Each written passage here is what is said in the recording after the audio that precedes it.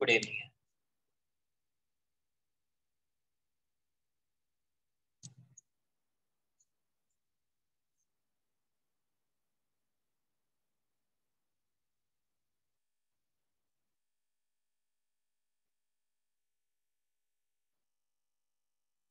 Gravitation lecture number 2।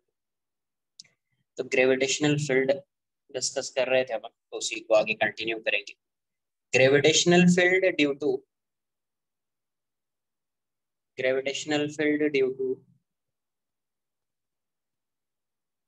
Explain क्या करेंगे। Force ऐसा है, तो जैसे x की वैल्यू क्या थी, +-r/2।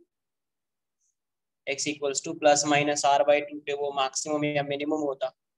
अब ये ग्राफ है, रफ डायग्राम, अगर आप, ये E है और ये R है, तो एक होगा x इक्वल्स टू -r/2 और एक होगा x इक्वल्स टू +r/2 √2। तो यहाँ पे अब अपने को पता है कि ये अगर मान लिया जाए ये रिंग है, तो इस पॉइंट पे ग्रेविटेशनल फील्ड इस डायरेक्शन में, इस पॉइंट पे ग्रेविटेशनल फील्ड इस डायरेक्शन। ठीक है, तो पता है कि यहाँ पे फील्ड पॉजिटिव ले रहे हैं, इस साइड की फील्ड नेगेटिव ले रहे हैं, तो यहाँ पे मैक्सिमम होगा तो कहीं यहाँ पे आएगा, यहाँ पे भी मैक्सिमम होगा बट डायरेक्शन अपोजिट होगा तो कहीं यहाँ पे आएगा। अब इस पॉइंट पे फील्ड 0 है, तो यहाँ पे 0 हो जाएगा। नहीं यार, नहीं होना चाहिए। इस पॉइंट पे फील्ड 0 है तो 0 हो जाएगा, है ना। अब 2-3 और वैल्यू पुट कर दो उस फॉर्मूला में, 2-3 और भी वैल्यू पुट कर दो उस फॉर्मूला में। ठीक है, तो 2-3 वैल्यू पुट करोगे तो इससे मैक्सिमम तो नहीं हो सकता ना, इससे मिनिमम ऐसा ही होगा ना, इस साइड भी डिक्रीज ही करेगा। तो रफ डायग्राम, और जब इन्फिनिटी को ये अप्रोच करेगा तो इलेक्ट्रिक फील्ड 0 होगा, और इस साइड भी इन्फिनिटी को अप्रोच करेगा तो इलेक्ट्रिक फील्ड 0 होगा, मतलब ऐसा बनेगा।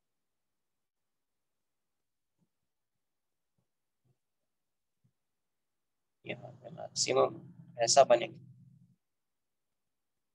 या इसको किसी ने पॉजिटिव लिया तो ऊपर आ जाएगा, इस तो ये पॉजिटिव लिया तो ये नेगेटिव हो जाएगा, ऐसा बन जाएगा। वो डिपेंड कर रहा है कि आप डायरेक्शन किस डायरेक्शन में पॉजिटिव मान रहे हैं, किस डायरेक्शन में नेगेटिव मान रहे हैं, बट अपन नॉर्मली इस डायरेक्शन को पॉजिटिव लेते हैं, इसीलिए प्लस और ये। ठीक है, अब यहाँ पे electric field due to uniform dot, कुछ नहीं बताया, कुछ नहीं बताया, ये तो लास्ट लेक्चर का ही स्टार्ट ही कर रहा हूँ, कुछ नहीं बताया है अभी, एक स्टार्ट ही कर रहे हैं अपन। ये तो लास्ट लेक्चर का था, लास्ट लेक्चर का था ये। अब ये स्टार्ट कर रहे हैं, gravitational field due to a uniform rod. ठीक है, uniform rod, gravitational field due to a uniform rod, ये तो लास्ट लेक्चर का है, इसको नोट मत करना है। तो अभी देखो, इसमें एक केस होगा, केस 1 ऐसा, केस 1 क्या, फर्स्ट लिख लेता हूँ। ये ऐसा है, ये रॉड है, थिन रॉड है। अब मुझे इसका जो मास है वो m है, लेंथ l है, और मास m लेंथ l, तो लीनियर मास डेंसिटी लैम्डा। अब यहां से मुझे r डिस्टेंस पे या x डिस्टेंस पे मुझे फील्ड फाइंड करना है, कहाँ पे, यहाँ पे, इस पॉइंट पे मुझे p पॉइंट पे फील्ड फाइंड करना है। तो ये है एक्सियल लाइन, इसके अलोंग है ना, तो इसको बोलते हैं, ये लाइन जो है इसको बोलेंगे एक्सियल लाइन। तो इस लाइन के अलोंग फाइंड करना, यूनिफॉर्म थिन लिख लेना, थिन रॉड। तो इसी लाइन के अलावा मुझे क्या करना है, यहाँ पे फील्ड की वैल्यू फाइंड करनी है कि ग्रेविटेशनल फील्ड क्या होगा।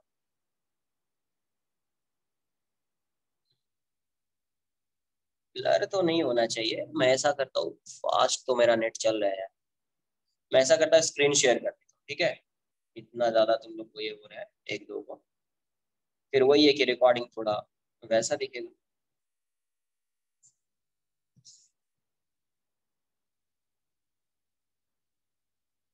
तो अभी क्या करूँ बताओ।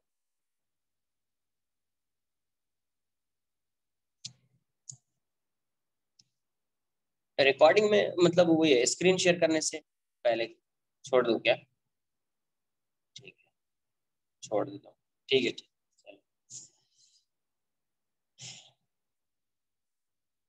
इसलिए बोल रहा हूँ। अब सही है ना? ठीक है रहने। देखो यहाँ पे ये एक्सियल लाइन है, ये वाली लाइन जो है वो एक्सियल लाइन। मास m, एक मास m, length l, linear mass density lambda. अब मुझे यहाँ पे फाइंड करना है क्या? ग्रेविटेशनल फील्ड फाइंड करना है। यहाँ पे मुझे ग्रेविटेशनल फील्ड फाइंड करना है। कैसे फाइंड करेंगे? ये तो यहाँ पे तो here mass is distributed throughout the length, throughout the length. क्या करना पड़ेगा? स्मॉल एलिमेंट लेना पड़ेगा, स्मॉल एलिमेंट लेना पड़ेगा। तो यहाँ से मैं r डिस्टेंस पे एक स्मॉल एलिमेंट ले लेता हूँ dr, r डिस्टेंस पे dr विड्थ का एलिमेंट ले लेता हूँ। ये हो जाएगा dm, dm की वैल्यू कितनी हो जाएगी? Lambda dr। Linear mass density lambda है तो लैम्डा dr, लैम्डा dr। ठीक है, तो इस पॉइंट मास की वजह से यहाँ पे इलेक्ट्रिक फील्ड की वैल्यू इस डायरेक्शन में होगी, ग्रेविटेशनल फील्ड की वैल्यू इस डायरेक्शन में होगी। तो स्मॉल वैल्यू होगी तो DEG लिख दिया। तो DEG की वैल्यू कितनी होगी? G GM/r² होता है। ये पॉइंट मास हो जाएगा। पॉइंट मास की वजह से इस पॉइंट पे फील्ड की वैल्यू क्या हो जाएगी? GM/r²। तो DEG ये कितना हो जाएगा? G lambda dr/r²। लैम्डा को अब क्या लिख सकते हैं? m/l। तो m/l dr/r²। तो नेट फील्ड अगर फाइंड करनी है तो इसको इंटीग्रेट करना पड़ेगा। तो net gravitational field, gravitational field at point P, at point P। तो यहाँ पे EG की वैल्यू कितनी हो जाएगी? Integration of DEG। तो यहाँ से क्या आ जाएगा? GM/l dr/r। रेंज नहीं फाइंड करना होता है। ग्रेविटेशनल फील्ड मतलब यहाँ पे एग्जैक्ट इस पॉइंट पे इलेक्ट्रिक फील्ड का मैग्नीट्यूड फाइंड करना। ठीक है, एग्जैक्ट यहाँ पे क्या होगा? रेंज का मतलब होता है यहाँ से यहाँ फाइंड करना, वो अलग चीज। यहाँ पे डिफरेंट होगा, यहाँ पे डिफरेंट होगा, यहाँ पे डिफरेंट होगा, यहाँ पे डिफरेंट होगा, यहाँ पे डिफरेंट होगा, तो किसी एक पर्टिकुलर पॉइंट पे फाइंड। तो ये वाला डिस्टेंस इस साइड भी हो सकता है। तो GM बाय ये इतना हो जाएगा। इंटीग्रेट कर दो। R की वैल्यू कहाँ से कहाँ तक? तो R कहाँ से कहाँ तक वैरी करेगा? यस, तो यहाँ से ये R यहाँ तक आएगा, मतलब यहाँ से ये एलिमेंट आप यहाँ से यहाँ तक ले सकते हैं। तो R x/x+l है ना, x/x+l आएगा। क्या तुम बोल रहे हो? फोर्स कहाँ से आ गया भाई? कहाँ फोर्स लिखा हुआ है? रिवाइजन नहीं करते हो क्या तुम? कोई भी जो लास्ट लेक्चर में जो बताया है वो रिवाइज नहीं करते हो क्या? ग्रेविटेशनल फील्ड की बात कर रहे, फोर्स कहाँ पे आ गया? एक क्वेश्चन कराया था, यहाँ पे मास था। जब मास होगा तब फोर्स लगेगा, इसकी वजह से तो फील्ड आएगा ना। अब उस फील्ड के अंदर अगर कोई पार्टिकल आएगा तो फोर्स लगेगा।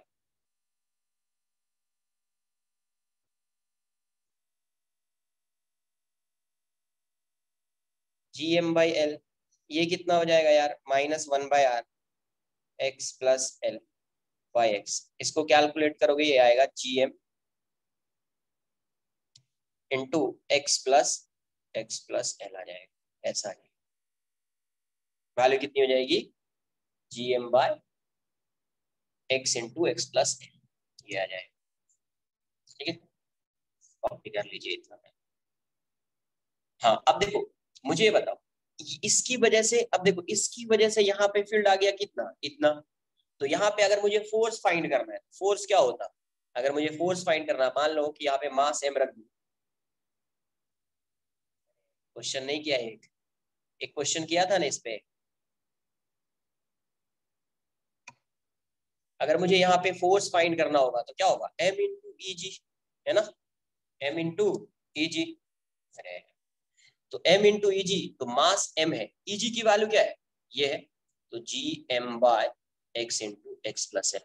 इसको सॉल्व किया था, यही आया था ना आंसर, यही आया था ना। ये रॉड है, मान लीजिए ये एक रॉड है, इससे यहाँ पे एक मास रख दिया m, तो इसके बीच फोर्स ऑफ इंटरेक्शन क्या होगा? तो इन दोनों के बीच पहले डायरेक्ट फोर्स फाइंड कर लिया था अपन ने, इंटीग्रेट किया था, बट फील्ड नहीं फाइंड किया था, डायरेक्ट फोर्स फाइंड कर लिया था। लेकिन अगर मैं फील्ड फाइंड कर लेता, ये अगर फील्ड फाइंड कर लिया, यहाँ पे पता हो गया कि इसकी वजह से यहाँ पे फील्ड की वैल्यू ये है, फील्ड कितनी है, ये है, फील्ड कितनी है, ये है, तो इसकी वजह से यहाँ पे फील्ड ये है, इसकी वजह से यहाँ पे फील्ड ये है, तो मास से अगर मल्टीप्लाई कर देंगे इसके, आंसर आ जाएगा। क्लियर है? कल सिर्फ ऐसे फोर्स का क्वेश्चन कर रहे थे,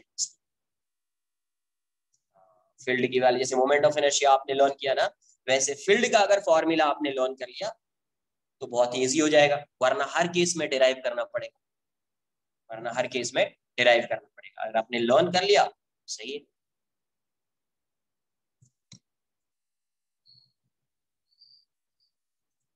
कॉपी कर लो इसको।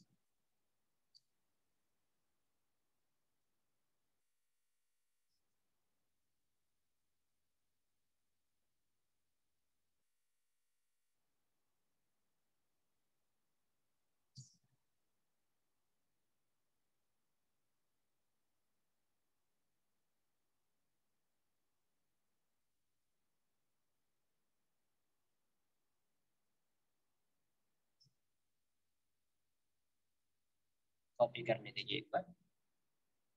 यस, सी में डिट्टो है, इलेक्ट्रोस्टैट्स और ग्रेविटेशन जो है ना वो डिट्टो रहेगा, डिट्टो। कुछ कॉन्सेप्ट ग्रेविटेशन में डिफरेंट आएगा, वो बताऊंगा कहाँ से डिफरेंट होता है, जहाँ पे एस्केप वेलोसिटी, ऑर्बिटल वेलोसिटी आएगा,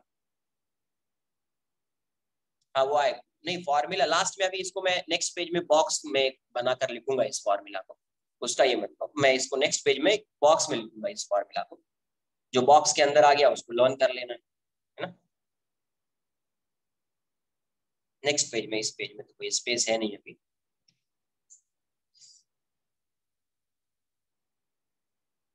आएगा, सब समझ में आएगा। हाँ, इलेक्ट्रोस्टैट्स में ही पढ़ा, सब समझ में आएगा, टेंशन तुमको कुछ नहीं लेना है, सिर्फ बस ग्रेविटेशन आना चाहिए, क्योंकि वहां पे ये सब फॉर्मूला मैं डिराइव नहीं करूँ, बात आ रही है समझ में? वहां पे ये सब फॉर्मूला मैं डिराइव नहीं करूंगा, gm/x × x+l, डायरेक्ट वहां पे इस फॉर्मूला को लिखूंगा मैं, वहां पे डेरिवेशन नहीं होगा, ये चीज समझ में आनी चाहिए, इसीलिए यहाँ पे डेरिवेशन कर रहे हैं। तो अगर ये चैप्टर का फॉर्मूला आ गया तो उस चैप्टर का फॉर्मूला आ जाएगा, फॉर्मूला लर्न करना इंपॉर्टेंट। वैसे मैं इलेक्ट्रोस्टैटिक्स में 2-3 पेज का एक कंपैरिजन बना के दे दूंगा, उसको तुमको नोटबुक में ही नोट कर लेना है ना, इलेक्ट्रिक फील्ड और ग्रेविटेशनल फील्ड का क्या कंपैरिजन है, कहाँ पे क्या होता है, कैसे होता है। वैसे एक ग्रेविटेशनल पोटेंशियल आएगा, इलेक्ट्रोस्टैटिक पोटेंशियल आएगा, दोनों सेम रहेगा।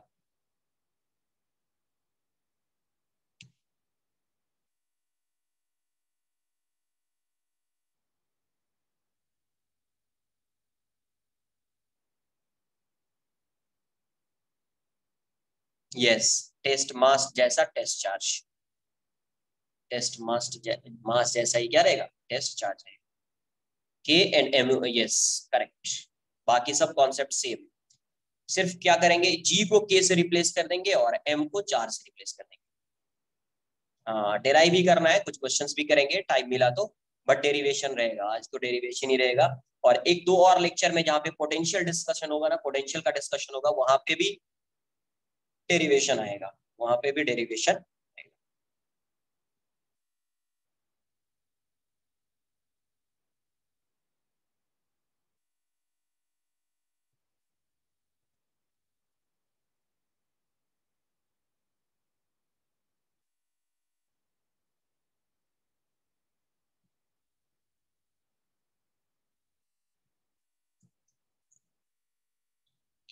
डन।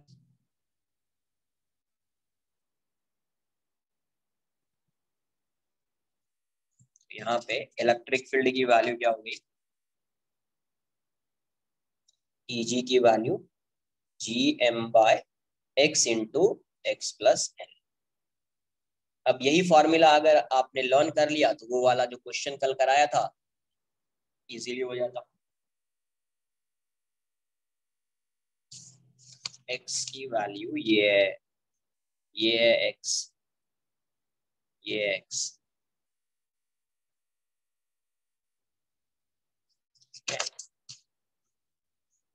देखो सेकेंड पार्ट इसका, मैक्सिमम इंटेंसिटी के लिए एक बार डिफरेंशिएट कर दो, आ जाएगा, है ना, आ जाएगा। देखो सेकेंड क्या है, अभी ये ऐसा है, मैंने ऐसा ड्रॉ कर दिया, बॉक्स के अंदर आ गया मतलब लॉन कर लेना है, बॉक्स के अंदर फॉर्मूला आ गया मतलब लॉन कर लेना। अब देखिए ये भी एक रॉड है, पहले इसी लाइन के अलोंग फाइंड किया था, इसी लाइन के अलोंग फाइंड किया था ग्रेविटेशनल फील्ड, इलेक्ट्रिक फील्ड बहुत बोलता हूँ मैं, ग्रेविटेशनल फील्ड है ना, इसी के अलोंग, बट अभी इसके अलोंग नहीं, अभी इसके अलोंग। मान लीजिए यहां से इस पॉइंट पे मुझे चाहिए फील्ड की वैल्यू, किस पॉइंट पे, इस पॉइंट पे चाहिए। ये जो डिस्टेंस है ये परपेंडिकुलर है, इससे जो ये लाइन आ रहा है ये इससे परपेंडिकुलर, इसको मैं बोल रहा हूँ आर।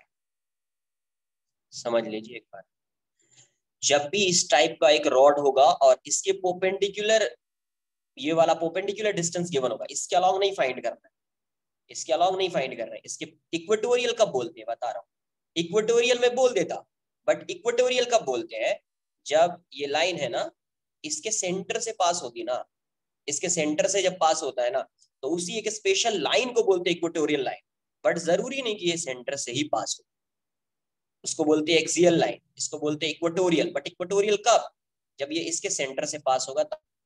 इसीलिए मैं यहाँ पे इस लाइन को इक्वेटोरियल लाइन नहीं बोल रहा हूँ। आई बात समझ में?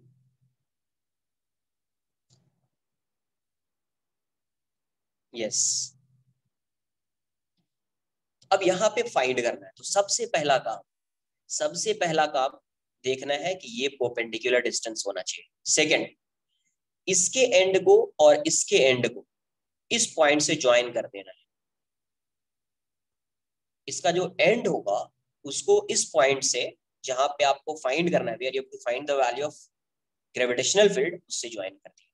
ठीक है, एक एंगल एंटी क्लॉकवाइज क्लॉकवाइज लिया, तो दूसरा एंगल इसको मैं थीटा 1 बोल देता हूँ, आएगा सब आएगा, एक ही लेंगे आंसर आ जाएगा अपना, एक ही लेंगे तो आंसर आ जाएगा, बट दो ले सकते हैं, एक ही से आंसर आ जाएगा, समझ में आ जाएगा आपको।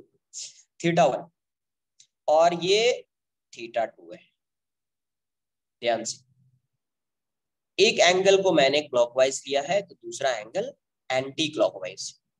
ठीक है, अब अपने को पता है ये तो हर पॉइंट, हर एलिमेंट, अगर स्मॉल स्मॉल एलिमेंट लेंगे तो हर किसी से डिस्टेंस जो है वो डिफरेंट है, तो directly electric gravitational field find नहीं कर पाएंगे, डायरेक्टली ग्रेविटेशनल फील्ड फाइंड नहीं कर पाएंगे, तो क्या करना पड़ेगा, एलिमेंट लेना पड़ेगा। तो एक एलिमेंट लिया यहां से y डिस्टेंस पे, dy एलिमेंट है dy, और इसका मास हो जाएगा dm, इसका मास dm। x पे dx ले सकते हैं चलेगा, y डायरेक्शन में इसलिए मैंने y ले लिया, x पे dx भी लेंगे, कोई कोई टेंशन नहीं अपने।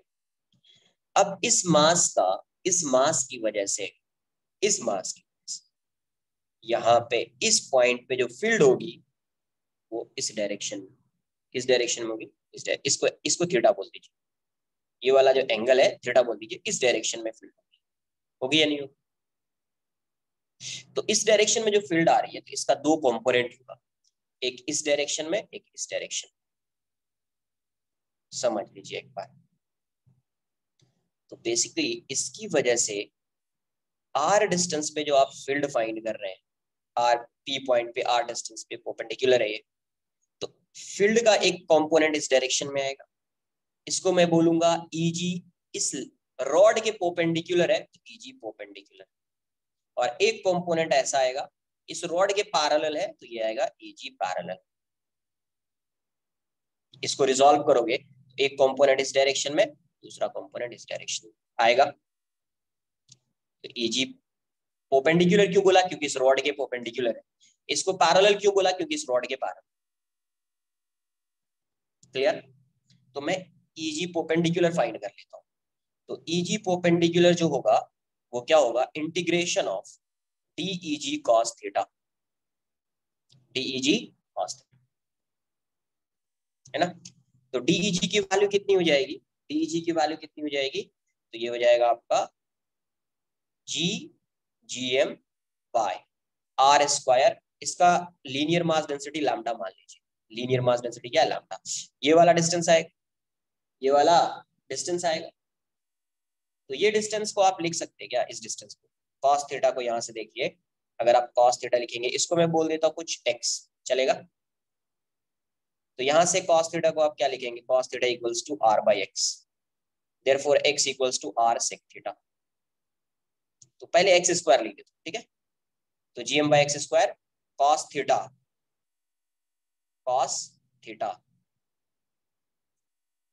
हाँ वही है, r square plus x square, वही है, वही है, जी डी एम बाय, वैसे भी लिख सकते हैं मुझे थीटा के, क्योंकि देखो ना थीटा वैरी कर रहा है, ये वाला पार्ट है ना, थीटा 1 थीटा 2, इसलिए मैं थीटा के टर्म्स में लाना चाह रहा हूँ।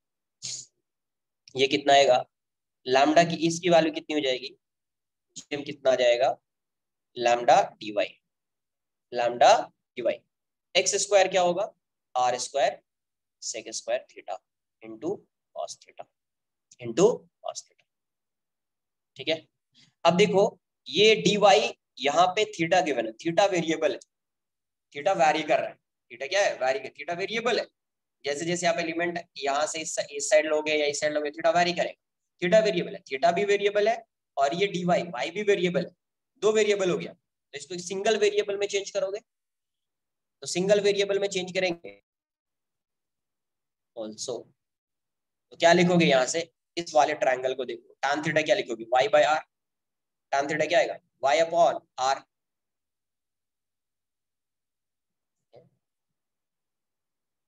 इस ट्रायंगल में cos थीटा की वैल्यू होगी r by x,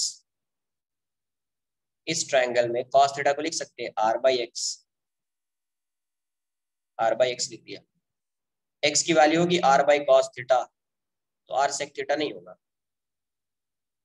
also, tan theta की वैल्यू क्या हो जाएगी, y बाय आर, तो dy कितना हो जाए, y कितना हो जाएगा, r tan थीटा, तो dy की वैल्यू क्या हो जाएगी, dy कितना हो जाएगा, r tan का कितना आएगा, tan का आ जाएगा sec square theta d theta. ये बात आई समझ में क्या, नहीं तो इसको ऐसे लिख दो, dy by d theta equals to this, theta से डिफरेंशिएट कर दिया थीटा के रेस्पेक्ट में, तो dy की वैल्यू कितनी हो जाएगी, r sec square theta d theta. इतना क्लियर है, ये बताओ।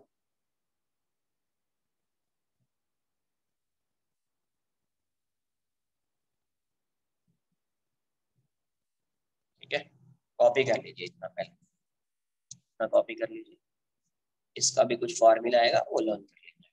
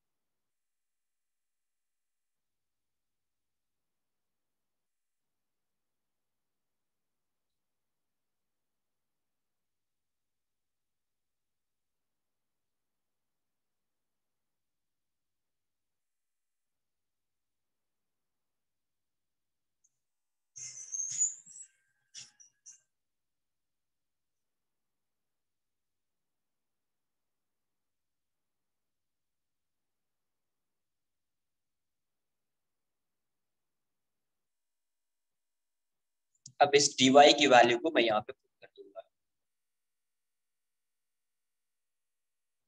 dy की वैल्यू को यहाँ पे, ठीक है।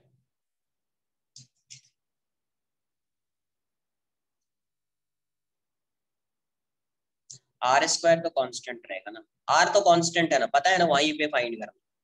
तो आर की वैल्यू तो कांस्टेंट, वेरिएबल क्या है, theta and y, theta and y. तो दो वेरिएबल हो गया, तो कोई एक ही वेरिएबल को सॉल्व कर पाते थे ना, इसलिए क्या करेंगे, dy को चेंज कर देंगे डी थीटा में। तो अब यहाँ पे अगर मैं वैल्यू पुट करूं,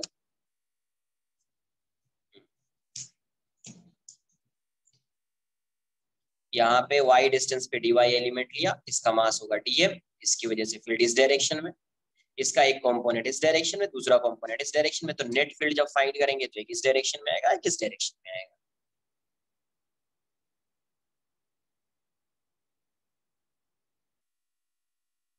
इंटीग्रेट कहाँ किया, कहाँ पे इंटीग्रेट किया, डिफरेंशिएट किया, ये नहीं समझ में आया क्यों डिफरेंशिएट किया।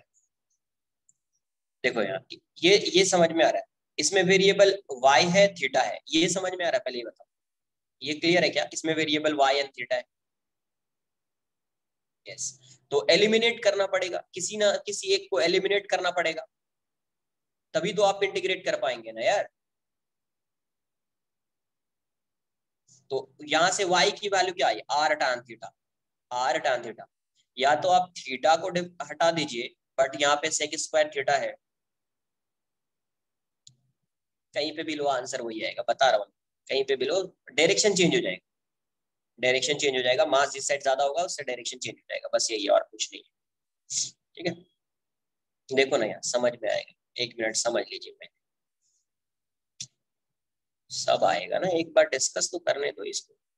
तो यहाँ से y है, तो dy, मैं dy को रिप्लेस कर देता हूँ। तो dy को रिप्लेस करने का मतलब ये dy है, तो यहाँ पे भी dy आना चाहिए ना, ये तो y था। तो dy कब आएगा, जब आप डिफरेंशिएट करोगे इसको, इसीलिए डिफरेंशिएट कर दिया। अब देखो dy की वैल्यू आ गई ना मुझे, r sec square theta d theta, है ना। तो अभी मैं यहाँ पे उसमें फॉर्मूला पुट कर देती है, क्या था वैल्यू, eg परपेंडिकुलर, क्या आएगा, g लैम्डा, dy की वैल्यू क्या है, r sec स्क्वायर थीटा, हाँ डेरिवेशन ये, sec square theta d theta by r square sec square theta into cos theta. देखिए ये वाला टर्म कैंसल आउट हो गया, r से r जाएगा, तो g लैम्डा बाय r ये हो जाएगा cos थीटा d थीटा। अब लिमिट्स पुट कर देते हैं यहाँ पे। अब देखो थीटा लिमिट्स, यहां से देखिए, थीटा इस डायरेक्शन में लिया लिया ना, ये वाला थीटा इस डायरेक्शन में लिया ना, तो इसको क्लॉक, इसको पॉजिटिव मान लेते हैं। तो ये थीटा टू पॉजिटिव होगा, तो थीटा वन नेगेटिव हो जाएगा, थीटा टू पॉजिटिव होगा तो थीटा वन क्या हो जाएगा, नेगेटिव। तो ये वाला जो ये जो dy वाला पार्ट ले रहे हैं, ये तो इस साइड भी ले सकते थे ना। तो थीटा इस साइड यहां से स्टार्ट होके यहाँ पे आएगा, तो थीटा जब इस साइड जाएगा, इस लाइन के इस साइड जाएगा तो नेगेटिव रहेगा, इस लाइन के इस साइड आएगा तो पॉजिटिव रहेगा। तो लिमिट्स जो है वो कहां से कहां तक वैरी करेगी, minus theta one to theta two. तो यहां से क्या आ जाएगा, G lambda by R. Cos theta क्या होता है, कॉस थीटा का इंटीग्रेशन साइन थीटा हो जाएगा, theta two minus theta one. तो यहां से वैल्यू क्या आई, G lambda by R, G perpendicular, ये आ जाएगा sine theta two, minus minus plus आ जाएगा, ये साइन माइनस थीटा माइनस आ जाएगा, माइनस माइनस प्लस हो जाएगा साइन थीटा वन।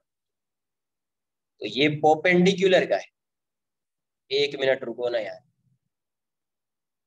ये परपेंडिकुलर का है। देखो यार, ये जो एलिमेंट लिया है, थीटा ऐसा आया ना यार, थीटा किस डायरेक्शन में लिया, एंटी क्लॉकवाइज दिख रहा है। तो ये जो एलिमेंट ले रहे हैं अपन, ये जो एलिमेंट ले रहे हैं, ये एलिमेंट तो इस साइड भी ले सकते थे ना, तो इस साइड लेते तो थीटा इस साइड आ जाता ना ऐसा, ये थीटा है। तो ये एलिमेंट यहां से स्टार्ट होगा और यहां तक आएगा, ये एलिमेंट यहां से स्टार्ट होगा और यहां तक आएगा। तो जब आप एलिमेंट इस डायरेक्शन में लेते, थीटा ये है, तो आपको इस डायरेक्शन में मूव करना पड़ता, तो थीटा नेगेटिव हो जाता। तो इस साइड कितना रोटेट करना पड़ता है इसको, -θ1, और इस साइड कितना, θ2। तो लिमिट्स कहां से कहां तक वैरी करेगी, -θ1 से -θ1 से।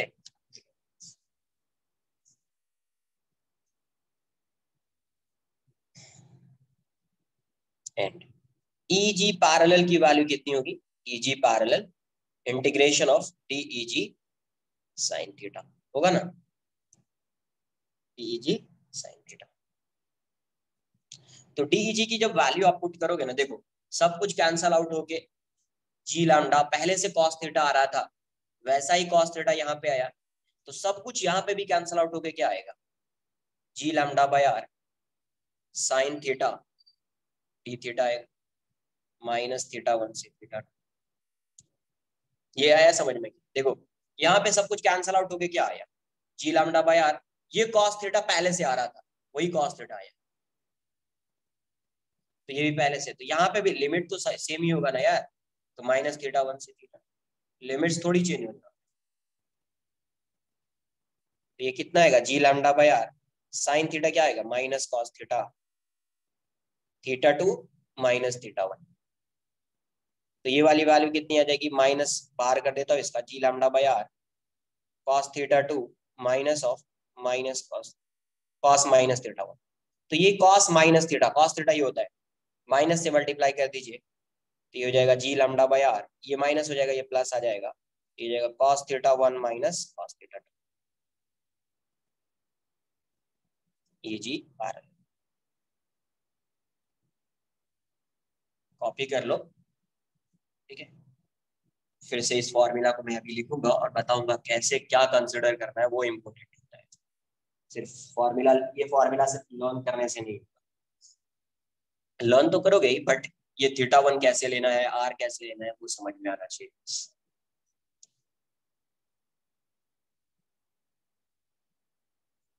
अच्छा यही अगर मैं, ये अगर मैं फाइंड करता इलेक्ट्रोस्टैट्स में इलेक्ट्रिक फील्ड, तो ये हो जाता के लैम्डा, लैम्डा होता वहां पे चार्ज डेंसिटी, यहाँ पे मास डेंसिटी, तो K lambda by are sine θ2 plus sine θ1, ये वाली वैल्यू हो जाती K lambda by R cos θ1 minus cos θ2।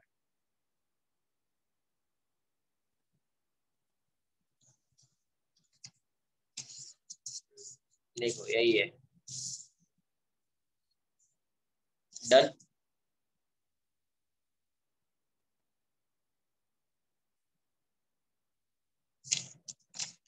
Note कर लीजिए इसको।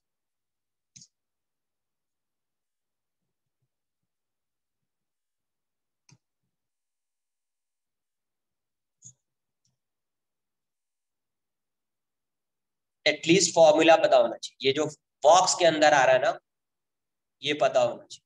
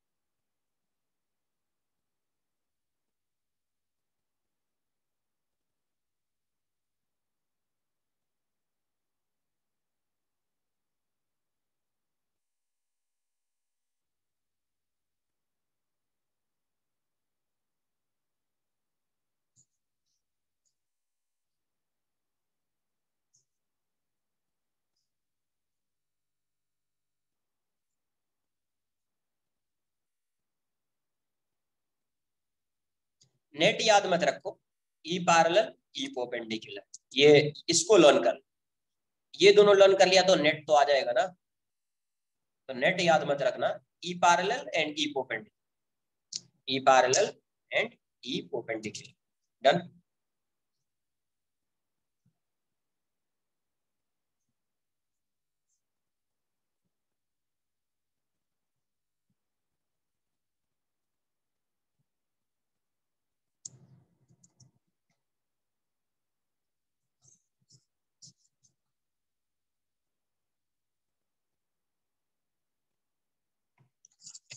बोथ इन ब्रैकेट्स, क्या बोलना चाह रहे हो? देखो यहाँ से समझ लीजिए एक बार, फिर से इसको मैं ऐसे समझ लेना है, क्या क्या है उसको समझिए। आर डिस्टेंस पे, आर डिस्टेंस पे इस पॉइंट पे ग्रेविटेशनल फील्ड फाइंड करनी है, ये लैम्डा है। तो सबसे पहला काम, इसका जो एंड होगा उसको ज्वाइन कर दिया उस पॉइंट से। एक एंगल क्लॉकवाइज होगा तो दूसरा एंगल एंटी क्लॉकवाइज। तो यहाँ पे फील्ड आ रही है किस डायरेक्शन में, ईजी परपेंडिकुलर, और एक आ रही है इस डायरेक्शन में E G parallel. Net field find करेंगे तो इन दोनों का रिजल्टेंट आ जाएगा। तो ईजी परपेंडिकुलर आएगा, साइन थीटा वाला टर्म आएगा, G lambda by are sine theta 1 plus sine theta 2। E G parallel आएगा G lambda by R cos theta 1 minus cos theta 2। अब देखो आर क्या है ये समझना है। वेयर आर क्या है, where r is perpendicular distance, perpendicular distance या डिस्प्लेसमेंट बोल दीजिए, परपेंडिकुलर है। परपेंडिकुलर डिस्टेंस बोला तो वही डिस्प्लेसमेंट हो जाएगा, परपेंडिकुलर डिस्टेंस या इसी को डिस्प्लेसमेंट बोल दीजिए, परपेंडिकुलर। अच्छा थीटा 1 एंड थीटा 2 किस सेंस में होना चाहिए, आर इन ओपोजिट सेंस। अगर ओपोजिट सेंस में है तो अभी इस फॉर्मूला में ओपोजिट सेंस में है तो थीटा 1 को भी पॉजिटिव लेंगे, थीटा 2 को भी पॉजिटिव लेंगे, क्योंकि ऑलरेडी साइन कन्वेंशन का यूज करके ये फॉर्मूला आया है। मैंने माइनस थीटा 1 लिखा था।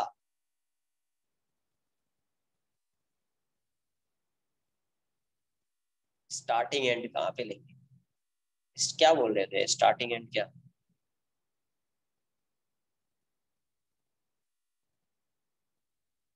एक मिनट देख लो क्या डाउट है, वो देख लेता हूँ।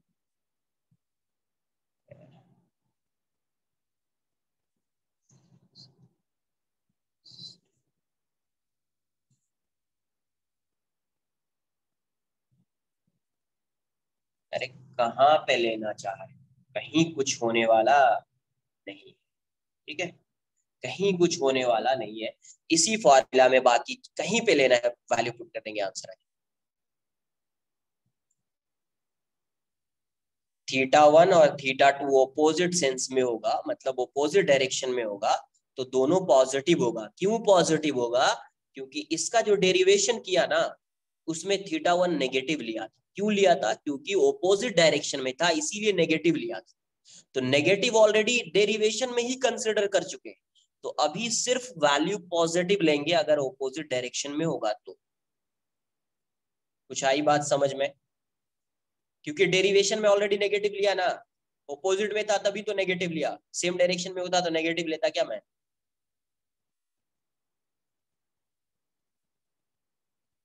इसलिए दोनों पॉजिटिव। अगर मान लीजिए theta 1 and theta 2 are in same sense, same sense, तो हायर एंगल जो होगा उसको पॉजिटिव ले लीजिएगा आप, ठीक है। सिर्फ डायरेक्शन चेंज हो जाता है और कुछ नहीं होता। हायर एंगल को पॉजिटिव ले लीजिए, स्मॉलर एंगल को नेगेटिव ले लीजिएगा, ठीक है। हायर एंगल को पॉजिटिव ले लेना है, स्मॉलर एंगल को नेगेटिव लेना है, बट एक पॉजिटिव होगा एक नेगेटिव, दोनों अगर सेम डायरेक्शन होगा। और एंगल कहां से मेजर कर रहे हैं, तो angle is measured from perpendicular distance. Angle कहां से मेजर कर रहे हैं, तो इस परपेंडिकुलर डिस्टेंस से मेजर कर रहे हैं। Angle is measured from perpendicular distance।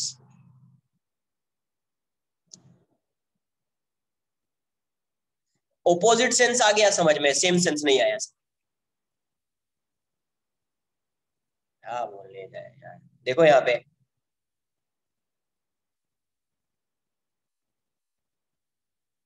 मान लो यहाँ पे फाइंड कर, मुझे यहाँ पे इस पॉइंट पे फाइंड करना है। रॉड यहाँ पे, रॉड कहाँ पे, यहाँ पे, रॉड कहाँ पे, यहाँ पे, मुझे इस पॉइंट पे फाइंड करना। तो इसके एंड को ज्वाइन करते तो ऐसा होता ना, होता या नहीं होता। तो यहाँ पे एंगल ये ऐसा, ये ऐसा, दोनों सेम डायरेक्शन में एंगल दिख रहा है।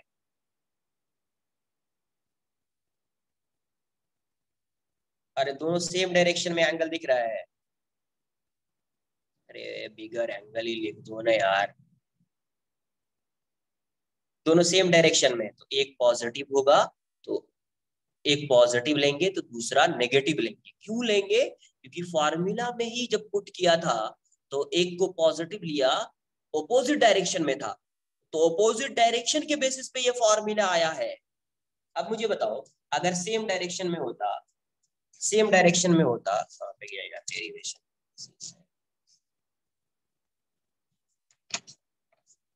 सेम डायरेक्शन में होता, ये नेगेटिव लेता मैं, यहाँ पे जो डेरिवेशन में मैंने नेगेटिव लिया है, क्या मैं ये नेगेटिव लेता, नहीं लेता। नेगेटिव नहीं लेता तो फॉर्मूला क्या बनता, नेगेटिव नहीं लेता तो फॉर्मूला क्या बनता, sign theta 2 minus sine theta 1, होता या नहीं होता। माइनस आता या नहीं आता ये बताओ, आता माइनस।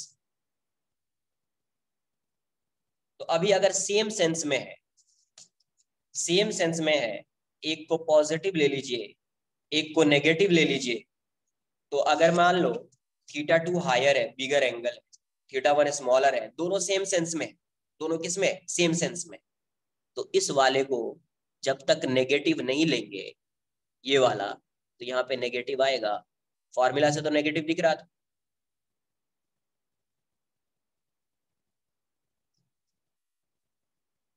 कुछ नहीं करना है, ये फॉर्मूला समझ में आया पहले ही बताओ, ज्यादा पढ़ाने का यही होता है। एक एक चीज अगर डिस्कस करो आराम से तो डाउट्स बहुत आएंगे, एक साथ फॉर्मूला लिख दो तो डाउट्स बहुत कम आते हैं।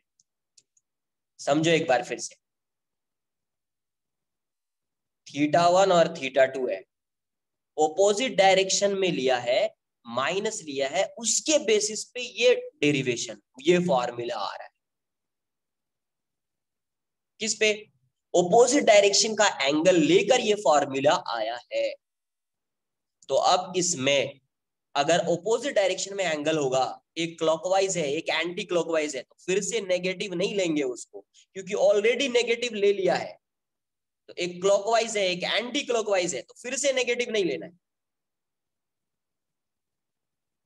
ठीक है, क्योंकि ऑलरेडी नेगेटिव ले लिया है ऑपोजिट डायरेक्शन के लिए।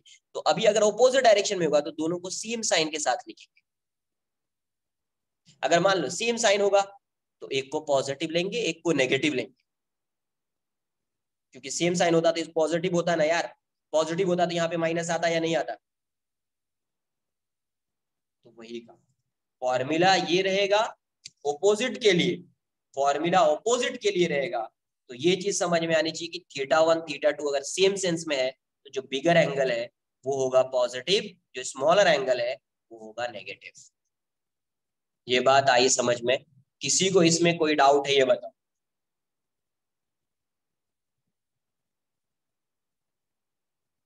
सेम सेंस का मतलब क्लॉकवाइज होगा तो दोनों क्लॉकवाइज होगा, एंटी क्लॉकवाइज होगा तो दोनों एंटी क्लॉकवाइज होगा। ओपोजिट सेंस का मतलब एक क्लॉकवाइज होगा तो दूसरा एंटी क्लॉकवाइज होगा। आई बात समझ में, सेम सेंस मतलब सेम डायरेक्शन, क्लॉकवाइज तो क्लॉकवाइज, एंटी क्लॉकवाइज तो एंटी क्लॉकवाइज। कॉपी कर लीजिए।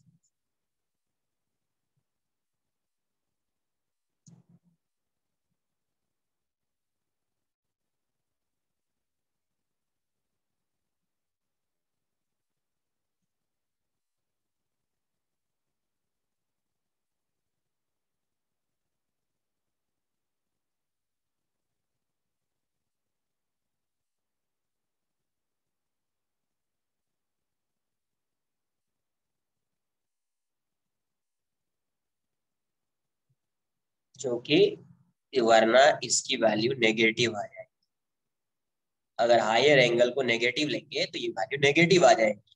इसलिए डायरेक्शन डिसाइड तो कर लेंगे अपन पहले,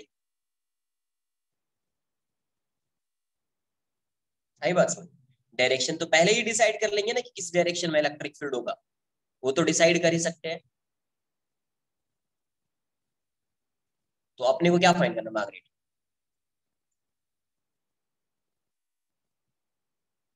कॉपी कॉपी करने दो पहले से, ठीक है।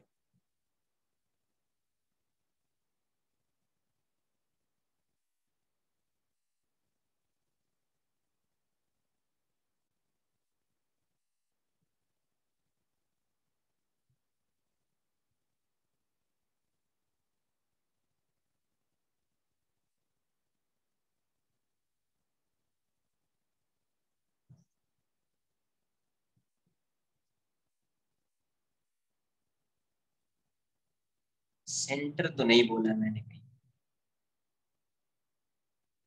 नहीं नहीं नहीं नहीं, सेंटर सेंटर सेंटर के टुवर्ड्स नहीं, वैसा कुछ नहीं। वैसा कुछ नहीं है कि सेंटर ऑफ मास टुवर्ड्स होगा। क्या होगा, किसी भी डायरेक्शन में हो सकता है, किसी भी डायरेक्शन में हो सकता है। इन दोनों का रिजल्टेंट जिस डायरेक्शन में आएगा फील्ड उसी डायरेक्शन, ठीक है। वैसा होता तो डायरेक्ट सेंटर ऑफ मास पे मास को अज्यूम करके सॉल्व कर देते, वैसा नहीं तो नहीं कर रहे अपन। डन। देख लो यार, इसको स्क्रीनशॉट लेना था, ले लीजिए।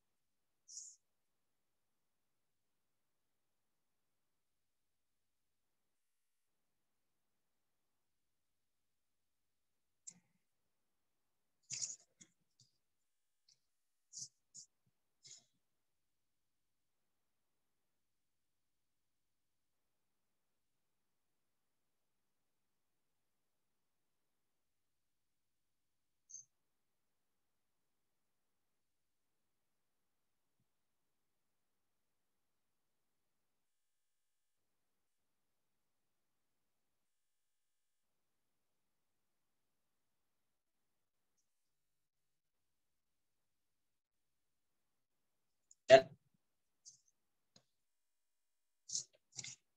अब इसका कुछ स्पेशल केस होता है, ये सब तुम इलेक्ट्रोस्टैट्स में पढ़ोगे, स्कूल में जो चल रहा है तो उसमें ये सब बताया जाएगा आई थिंक। इसके कुछ स्पेशल केसेस होते हैं, उसको लिखे। हाँ, एंगल इक्वल हो जाएगा फर्स्ट। अब मान लो along equatorial line, gravitational field along equatorial line, equatorial line। इलेक्ट्रोस्टैट्स हो गया कंप्लीट। इलेक्ट्रोस्टैट्स की बात कर रहा हूँ, इसकी बात नहीं कर रहा। तब तो ये सब आना चाहिए यार थोड़ा। देखो यार, अब यहां से सेंटर पे है ये किस पे है, सेंटर पे। ये आर है, ये पॉइंट है, इस पे फाइंड करना है। तो ये बताइए, ये एंगल थीटा, तो ये भी क्या हो जाएगा, ये भी थीटा। ये एंगल थीटा, तो ये भी क्या होगा, थीटा। तो दो कंपोनेंट लिख देता हूँ, ईजी पैरेलल। ईजी परपेंडिकुलर क्या हो जाएगा, जी लैम्डा बाय आर। ये जी है, के नहीं है, G lambda by are sine theta. Opposite direction में, एक इस डायरेक्शन में, एक इस डायरेक्शन में।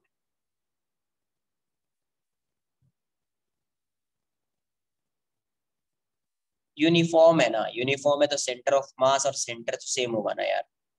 यूनिफॉर्म है ना, तभी तो लैम्डा लिख रहे हैं। साइन थीटा प्लस साइन, कितना जाएगा, 2g lambda by are sine theta. अच्छा, ईजी पैरेलल कितना आ जाएगा, ये हो जाएगा G lambda by R cos theta minus cos theta, zero हो जाएगा। तो इसका मतलब जो है कि इसकी वजह से जो फील्ड होगा, तो नेट फील्ड जो है इस केस में, इस केस में जो नेट फील्ड है वो सेंटर पे अगर है, तो इस पॉइंट पे अगर फाइंड करना है तो इस डायरेक्शन में आएगा नेट फील्ड। क्लियर है? इसका मतलब क्या है, इसका मतलब आगे से आपको ये समझ लेना है कि जहां पे सिमेट्री दिखेगी, तो सिमेट्री जहां पे दिखेगी वहां पे एक कंपोनेंट हमेशा कैंसल आउट हो जाएगा। जहां पे सिमेट्री दिखेगी वहां पे एक कंपोनेंट हमेशा क्या होगा, कैंसल आउट हो जाएगा। रिंग में भी देखा था, सिमेट्री दिख रही थी, एक कंपोनेंट कैंसल आउट हो गया था।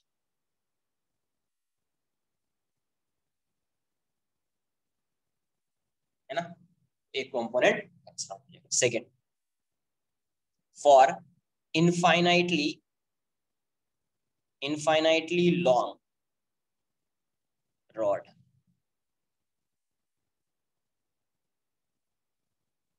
मतलब ये रॉड जो है इस साइड भी इनफाइनाइट है, ये रॉड है और इस साइड भी इनफाइनाइट है, तो कहीं पे भी आप फाइंड कर लीजिए, कहीं किसी भी पॉइंट से डिस्टेंस लेकर आप फाइंड कर लीजिए इस पॉइंट पे, ये एंगल कितना हो, ये एंगल कितना हो, 0 हो जाएगा। इनफाइनाइट है ना, ये यहाँ पे जाएगा, ये यहाँ पे जाने का मतलब यहाँ से जब लाइन ड्रॉ करोगे तो लगेगा कि लाइन ऐसा जा रहा है, तो 90 degree, yes tending to 90 but उसको 90 कंसिडर करेंगे, थीटा टू भी क्या हो जाएगा 90 डिग्री हो जाएगा। एक इस डायरेक्शन में आएगा तो एक इस डायरेक्शन में आएगा, दोनों अपोजिट डायरेक्शन में, तो यहाँ से EG पैरेलल, EG परपेंडिकुलर क्या होगा, G lambda by are sine 90 plus sine 90, कितना हो जाएगा 2G lambda by r. At least इसको लर्न कर लेना ये वाला पार्ट, कि इनफाइनाइट की वजह से कितना होता है 2G lambda by r, and EG parallel, EG parallel 0 आ जाएगा, EG पैरेलल क्या होगा 0 आ जाएगा, EG पैरेलल क्या हो जाएगा 0 हो जाएगा, और EG परपेंडिकुलर हो जाएगा 2G lambda by r, 2G lambda by 90 cos 90 0 हो जाएगा, तो पैरेलल वाला टर्म 0 हो जाएगा। क्यों आ रहा है ऐसा, सिर्फ यही कंपोनेंट क्यों आ रहा है, यही कंपोनेंट सिर्फ क्यों आ रहा है, क्योंकि आप ये इनफाइनाइटली लॉन्ग है ना, तो कहीं पे भी आप लाइन ड्रॉ करेंगे ना तो आपको सिमेट्री दिखेगी, कहीं पे भी आप लाइन ड्रॉ करेंगे तो आपको सिमेट्री दिखेगी, इसलिए इतना कॉपी कर लो। यही इलेक्ट्रोस्टैट्स में क्या हो जाएगा 2K lambda by are sine theta, ये 0।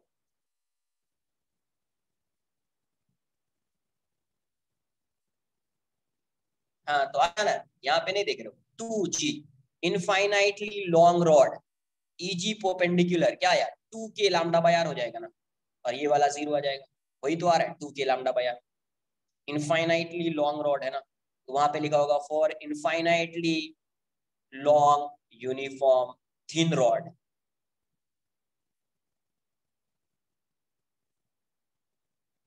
इसीलिए इसको बॉक्स के अंदर ये इंपॉर्टेंट है, ये लर्न करना, ये वाला ये आएगा।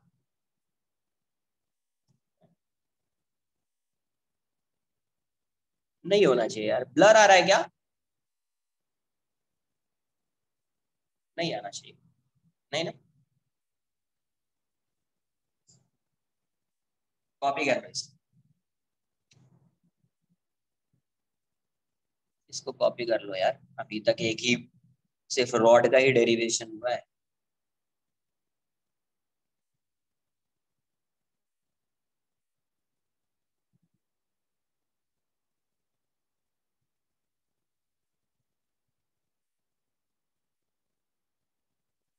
गॉस लॉ तो नहीं है, गॉस लॉ इसमें नहीं है, बट इसमें भी आप मतलब कंपेयर करेंगे उससे तो यहाँ पे भी गॉस लॉ आ जाता है, लास्ट में बता दूंगा मैं कि यहाँ पे भी आएगा, बट मेनली जो है वो इलेक्ट्रोस्टैट्स में ही आता है,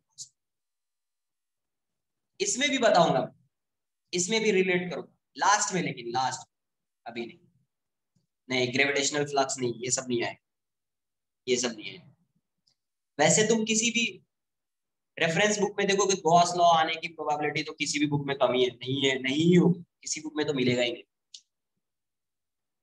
बट इसमें भी अपन पढ़ेंगे, लास्ट में पढ़ेंगे, अगर मैं भूल जाऊं तो एक रिमाइंडर दें सर, आप बता दूंगा उसको, ठीक है इलेक्ट्रोस्टैट्स। नहीं यार देखो, फ्लक्स का मतलब तो होता है वो, बट अपन पढ़ते इस इन सब में नहीं पढ़ पाएंगे फ्लक्स को, ठीक है, ग्रेविटेशनल फ्लक्स नाम की कोई चीज नहीं है अपने लिए, सिलेबस में भी नहीं है और पढ़ेंगे भी नहीं, इलेक्ट्रोस्टैट्स पढ़ेंगे।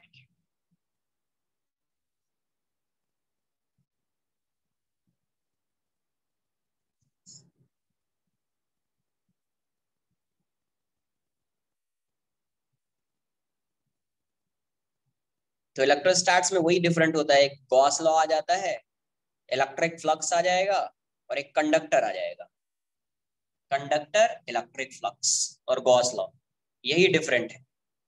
सॉलिड एंगल वाला कॉन्सेप्ट यहाँ पे भी यूज होता है, बट वही होगा, तो जब फ्लक्स पढ़ेंगे तो वहीं पे सॉलिड एंगल पढ़ेंगे। तो यही डिफरेंट है, बाकी सब सेम। बाकी इलेक्ट्रोस्टैट्स और ग्रेविटेशन, इलेक्ट्रोस्टैट्स में भी कुछ अलग आएगा, उसको देखेंगे अपन।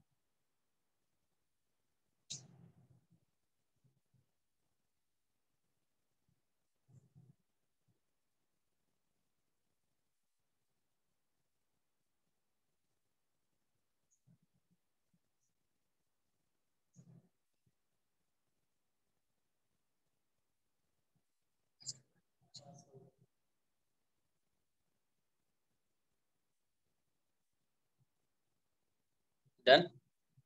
एक क्वेश्चन करते थे,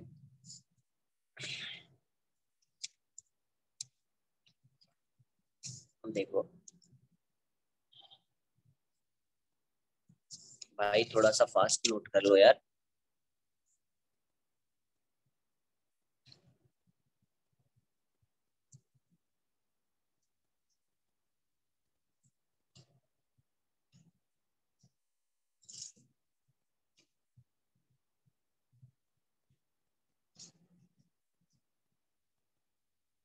डन। नेक्स्ट लिखेंगे for semi infinitely long rod. नहीं नहीं, lambda, lambda tending to zero नहीं है। लैम्डा तो मास पर यूनिट लेंथ है ना, वो जीरो थोड़ी होगा, m/l। तुम ये बोल रहे सर मास तो, सर मास तो ये है तो लेंथ ये, अरे लेंथ इंक्रीज हो रहा है तो मास भी इंक्रीज होगा ना। और ये तो ऐसा थोड़ी कि पूरे रॉड के लिए किसी भी पोर्शन का लोगे तो उतना ही आएगा ना। 1 मीटर का लिया, उसका भी कुछ मास होगा, तो उसके लिए जितना होगा उस पूरे रॉड के लिए उतना ही होगा। तो ऐसा नहीं कि tends to. Third, for semi infinitely, semi नहीं, infinitely long rod, long uniform rod लिख लो, रॉड लिख, लैम्डा लिख रहे हैं तो यूनिफॉर्म ही है। तो सेमी इनफाइनाइटली ऐसा है, एक साइड इनफाइनाइट है और मुझे यहाँ पे फाइंड करना है, मुझे यहाँ पे फाइंड करना है इस पॉइंट, ठीक है, इस साइड इनफाइनाइट, इस पॉइंट पे फाइंड करना है। तो इस रॉड से इस पे परपेंडिकुलर वाला तो डिस्टेंस यही हो जाएगा, यही हो गया r। तो देखो एक एंगल, इसका एक एंड ये है, दूसरा एंड इस साइड होगा, तो ये वाला एंगल कितना हो जाएगा, इसी लाइन से एंगल मेजर करते थे, याद है, ये ऐसा है r, तो इसका एक एंड ऐसा है, ऐसा ज्वाइन कर दिया, तो ये वाला एंगल तो इसी लाइन पे आ जाएगा, जीरो हो जाएगा। और ये वाला एंगल कितना है, ये वाला, तो θ1 0 डिग्री, θ2 90 डिग्री। तो ई जी परपेंडिकुलर क्या आ जाएगा, G lambda by R, sin 0 plus sin 90, ये हो जाएगा जी लैम्डा बाय आर। वहां पे होता था के लैम्डा बाय आर, और ई जी पैरेलल, ये हो जाएगा G lambda by R cos 0। कहीं पे भी ले सकते हैं, ये एक स्पेशल केस हो जाता है इसीलिए ऐसा कंसिडर कर रहे हैं, cos 90 कहीं पे भी आप ले सकते हैं, वैसा नहीं कि यहीं पे लेना है, एक स्पेशल केस होता है कि एंड पे लेते हैं इसीलिए एंड पे कंसिडर कर रहे हैं, इसलिए मैं इसको बॉक्स के अंदर नहीं लिख रहा हूँ। तो जी लैम्डा बाय आर क्या हो जाएगा, जी लैम्डा बाय, ठीक है। एक क्वेश्चन है, मान लीजिए ये रॉड है, ठीक है, ये रॉड है,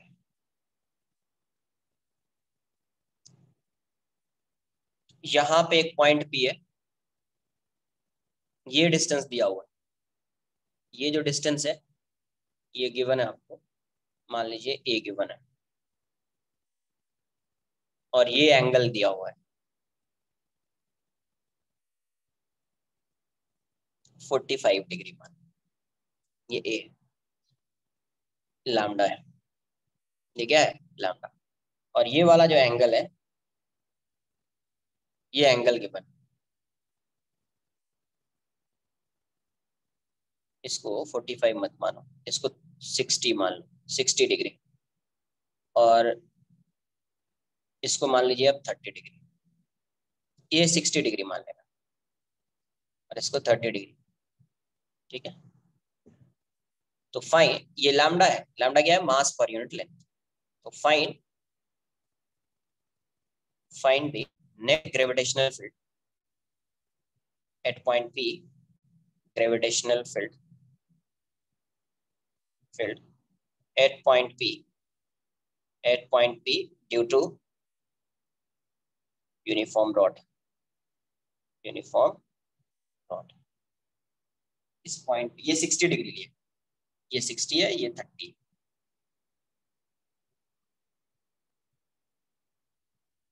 ए यहां से यहां तक का डिस्टेंस, ये वाला डिस्टेंस ये डिस्टेंस क्या है, ये डिस्टेंस।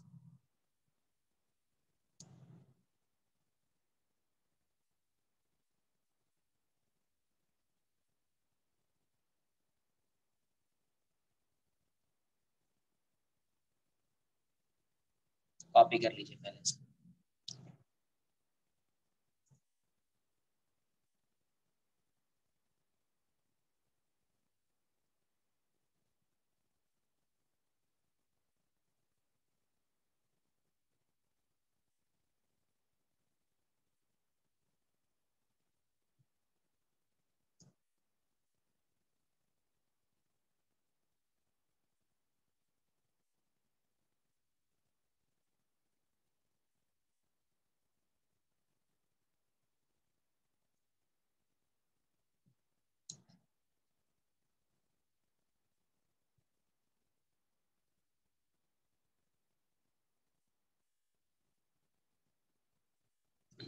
नाइनटी कहाँ से हो जाएगा,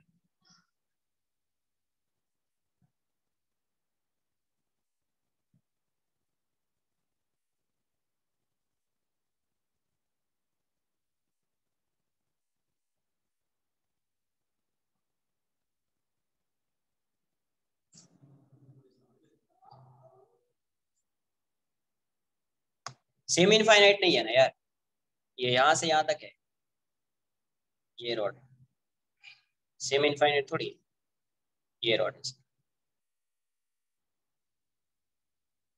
ये तो एंगल बनाने के लिए मैंने ऐसा ड्रॉ किया, सेमी इनफाइनाइट नहीं। नहीं है तो ऐसा लेंथ एल मान लीजिए समझने के लिए, लेंथ एल। देखो मैं सॉल्व करता हूँ इसको, कैसे सॉल्व करेंगे वो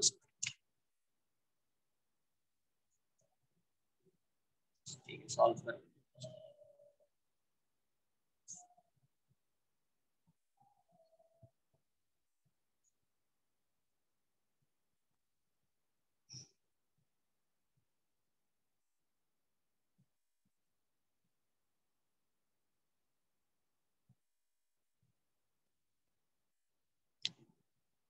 हिपोपेंडिकुलर कितना आ रहा है, बस चेक कर लेते हैं। देखो ये ऐसा रोड है, यहाँ पे फाइंड करना है। अच्छा मुझे ये बताओ, जो ई पैरेलल या ई परपेंडिकुलर का फॉर्मूला आता है, उसमें आर क्या होता है, परपेंडिकुलर डिस्टेंस होता है ना। इस रोड पे परपेंडिकुलर डिस्टेंस इस पॉइंट से, तो परपेंडिकुलर डिस्टेंस ये होगा। सबसे पहले परपेंडिकुलर डिस्टेंस बना लीजिए। तो इस रोड पे परपेंडिकुलर जो होगा वो ये होगा, ये आर होगा। ए है, ये 60 डिग्री है, ये हो जाएगा ए साइन 60। तो परपेंडिकुलर हो गया √3a/2। ये 60 है तो ये 30 डिग्री हो जाएगा। दो एंड है, दोनों एंड को ज्वाइन कर दिया। देख लो चेक कर लो कितना आ रहा है। जो एंगल मेजर करते हैं, एंगल कहां से मेजर करते हैं, परपेंडिकुलर डिस्टेंस, इसी से एंगल मेजर करते हैं। तो इसका एंड तो ये है, दूसरा एंड ये है, इन दोनों को ज्वाइन कर दिया तो एक एंगल ये होगा, दूसरा एंगल ये हो जाएगा। होगा या नहीं होगा, एक एंगल ये होगा। परपेंडिकुलर डिस्टेंस से एंगल मेजर करते हैं, ये एक एंगल ये होगा तो दूसरा एंगल ये होगा। तो एक एंगल, हाँ एक एंगल 30, दूसरा 60, तो थीटा, लार्जर एंगल को पॉजिटिव मान लेता हूं, तो थीटा 1 को मान लिया मैंने 60 डिग्री, और थीटा 2 को मान लिया मैंने -30 डिग्री। ये बात आई समझ में? ये क्लियर हुआ या नहीं हुआ ये बताओ। And r equals to √3a/2। दोनों सेम डायरेक्शन में एंगल है, इसीलिए एक पॉजिटिव एक नेगेटिव। जो बिगर एंगल है उसको 60 डिग्री, जो स्मॉलर है उसको माइनस। हो गया क्वेश्चन, बस इतना ही समझना था, बाकी सब तो आ जाए। G lambda by are sine theta 1 minus sine theta 2 sine 60 degree plus sine -30 degree, कितना हो जाएगा? जी लैम्डा बाय आर √3/2, ये हो जाएगा -1/2। कहाँ पे सेमी इनफाइनाइट है? उस टाइम से बोल रहा हूँ सेमी इनफाइनाइट नहीं है, सेमी इनफाइनाइट नहीं है, खुद से सेमी इनफाइनाइट बना लेंगे। इसका लेंथ क्या दिया हुआ है? एल, इसीलिए तो लिखा था कि लेंथ क्या है? एल। इसका मतलब सेमी इनफाइनाइट। ये तो एंगल के लिए दिया था ना यार, ये एंगल 60 डिग्री है, इसीलिए तो लेंथ ले लिया। नहीं नहीं, इसलिए लेंथ लिया, लेंथ जो है इसीलिए इसका लेंथ ले लिया। किसी ने डाउट पूछा था, इसलिए मैंने बोला कि लेंथ कंसिडर कर लो है, ये नहीं रहेगा कि सर वो सेमी इनफाइनाइट। तो ये वाली वैल्यू कितनी हो जाएगी? जी लैम्डा बाय आर, ये हो जाएगा √3 - 1/2। तो यहाँ से आंसर √g λ/2r √3 - 1। दूसरा ई पैरेलल कितना आ जाएगा? ई पैरेलल होगा G lambda by R cos theta 1 cos 60 minus cos -30, ऐसा आ जाएगा। तो G lambda by R cos 60 1/2 minus cos √3/2। Negative का मतलब डायरेक्शन ऑपोजिट हो जाएगा। नेगेटिव का मतलब क्या? Direction opposite. तो जी लैम्डा माइनस बाहर कर लीजिए, जी लैम्डा बाय आर 2r √3 - 1, यही आएगा। आर की वैल्यू पुट कर देना यार, आर की वैल्यू पुट कर दो। आर की वैल्यू कितनी होगी? तो ये आर की वैल्यू पुट करेंगे तो √3 आ जाएगा, है ना? √3 है, lambda given, lambda given. R की वैल्यू पुट करेंगे तो 2 वाला टर्म कैंसिल आउट हो जाएगा। नेगेटिव आने का क्या मतलब है? पहले कैसा हो रहा था फील्ड? पहले आता था फील्ड, निकाल सकते हैं यस। मान लीजिए यहाँ पे फाइंड करना है, तो फील्ड पहले कैसा आता? एक फील्ड आता है इस डायरेक्शन में, दूसरा आता है इस डायरेक्शन डाउनवर्ड्स, बट अभी एक इस डायरेक्शन में आएगा ईजी परपेंडिकुलर, ये आ जाएगा ईजी पैरेलल। डायरेक्शन चेंज हो जाएगा सिर्फ। आई बात समझ में? पहले आता था डाउनवर्ड्स, इस टाइप से आता था, अभी इस डायरेक्शन में दिखेगा आपको। क्लियर है? नेट फाइंड कर सकते हैं, ई नेट कितना हो? Under root EG perpendicular square plus EG parallel square, EG parallel. Copy कर लो, बस ये समझ में आना चाहिए कैसे पॉजिटिव लेते हैं, आर कैसे। बाकी फॉर्मूला वही रहेगा, सिर्फ जिस डायरेक्शन में अगर कोई वैल्यू इसमें से नेगेटिव आ गई मतलब डायरेक्शन चेंज हो जाएगा, उसका डायरेक्शन उसका चेंज हो जाएगा।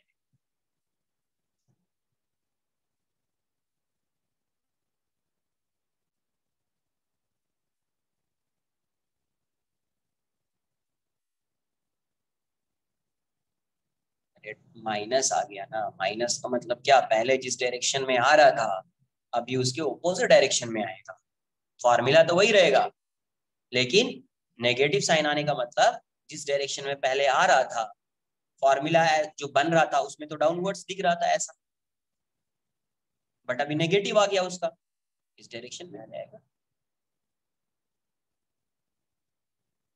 पहले जिस डायरेक्शन में था उसके ऑपोजिट डायरेक्शन में आ जाएगा, बस नेगेटिव का मतलब यही होता है कि जिस डायरेक्शन में आप कंसीडर कर रहे हैं उसके ऑपोजिट डायरेक्शन में आ जाएगा।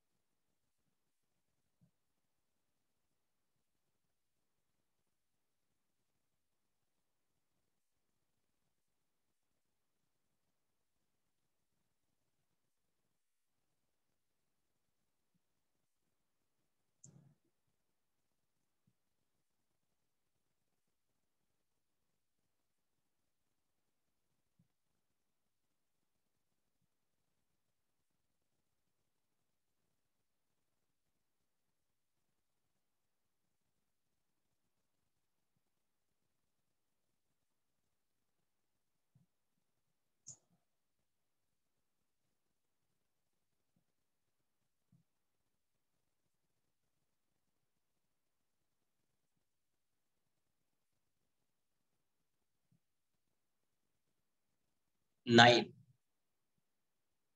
9 9 2-3 डेरिवेशन करना टाइम जाएगा आज, ठीक है। इलेक्ट्रिक फील्ड का डेरिवेशन वाला पार्ट आज कंप्लीट कर लेते, देख लेते हैं, ठीक है। अभी 4 डेरिवेशन, अरे 8:30 तक नहीं है भाई, कॉपी करो इसको। 8:30 तो अभी 8:12 हो गया, तो अभी क्या करेंगे बताओ। एक ही डेरिवेशन किया है, एक ही डेरिवेशन किया, 8:12 हो गया।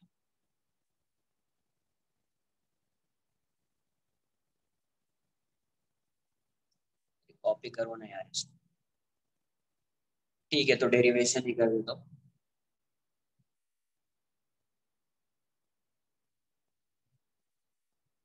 ठीक है, डेरिवेशन कर देता हूँ, जितना डेरिवेशन होगा। एक क्वेश्चन कराना था, दो रॉड ले लिया, दो रॉड ले लिया, उसके बीच फोर्स ऑफ इंटरेक्शन बताना था। फोर्स ऑफ अट्रैक्शन जो है, ग्रेविटेशनल फोर्स ऑफ अट्रैक्शन क्या होगा, उसको नहीं करा रहा। यस, लास्ट में पढ़ाऊंगा के प्लस का, छोड़ देता हूँ, उस क्वेश्चन को नहीं कराता हूँ मैं, डेरिवेशन ही करा देता हूँ। डन। नहीं नहीं नहीं, नेक्स्ट पेज नंबर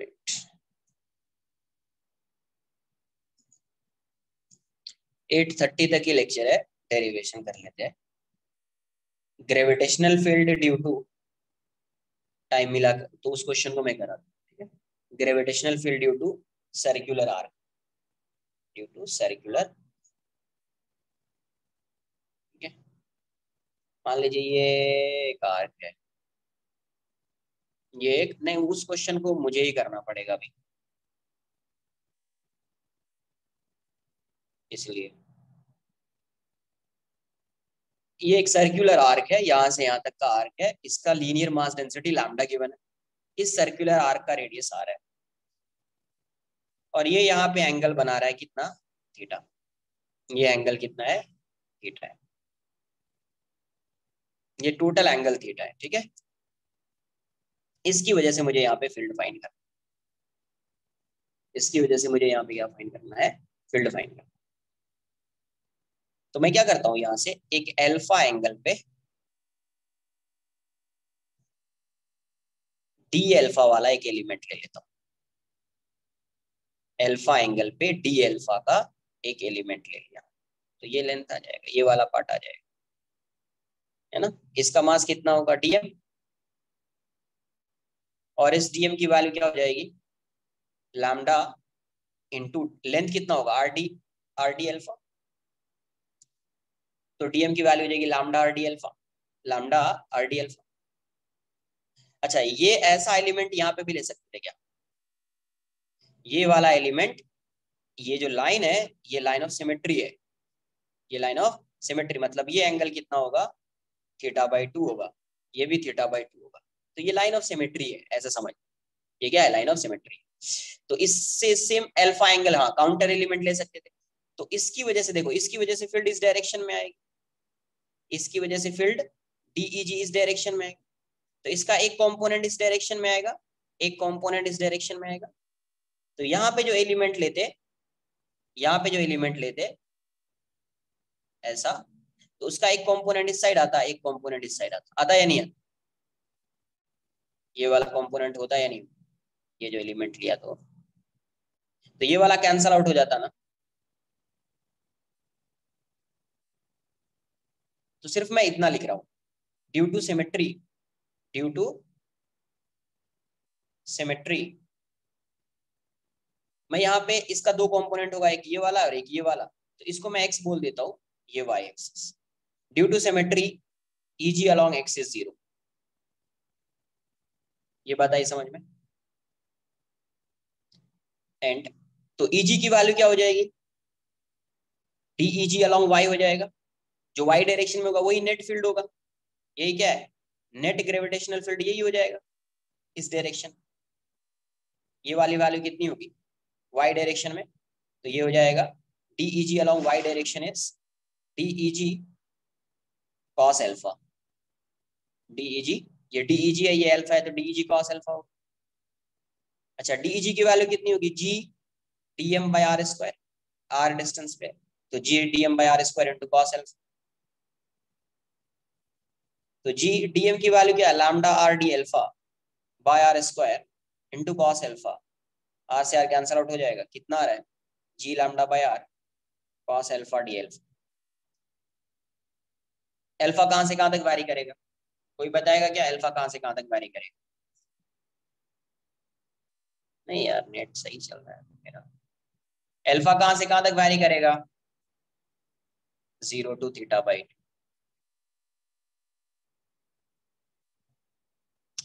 तो 0 to थीटा बाई 2 लूंगा तो मैं मुझे 2 से मल्टीप्लाई भी करना पड़ेगा ना फिर। 0 to थीटा बाई 2 लिया, ऐसे समझो, समझो ये, अगर मैंने 0 to थीटा बाई 2 लिया तो इसका जो एक कंपोनेंट इस डायरेक्शन में आ रहा था, इसका जो एक कंपोनेंट इस डायरेक्शन में आ रहा था, इसका भी कंपोनेंट आ रहा है, तो मुझे 2 लेना पड़ेगा ना फिर, स्टार्टिंग से ही 2 कंसिडर करना पड़ेगा ना। 0 to थीटा बाई कर दूंगा बट मुझे 2 लेना पड़ेगा फिर, वरना ऐसे यहाँ पे ऐसे लिखेंगे alpha by 2 minus alpha by 2 to a minus theta by 2 to theta by 2। आई बात समझ में। 0 to थीटा बाई 2 भी लिख सकते हैं बट उस केस में आपको 2 कंसिडर करना पड़ेगा यहाँ से, क्योंकि इसका एलिमेंट जो आ रहा था उसको भी कंसिडर करना पड़ेगा। आंसर सेम आएगा, आंसर सेम आएगा। तो ये आ जाएगा जी लैम्डा बाई आर, ये आ जाएगा साइन अल्फा, ये theta by 2 minus theta by 2। Copy कर लो इतना।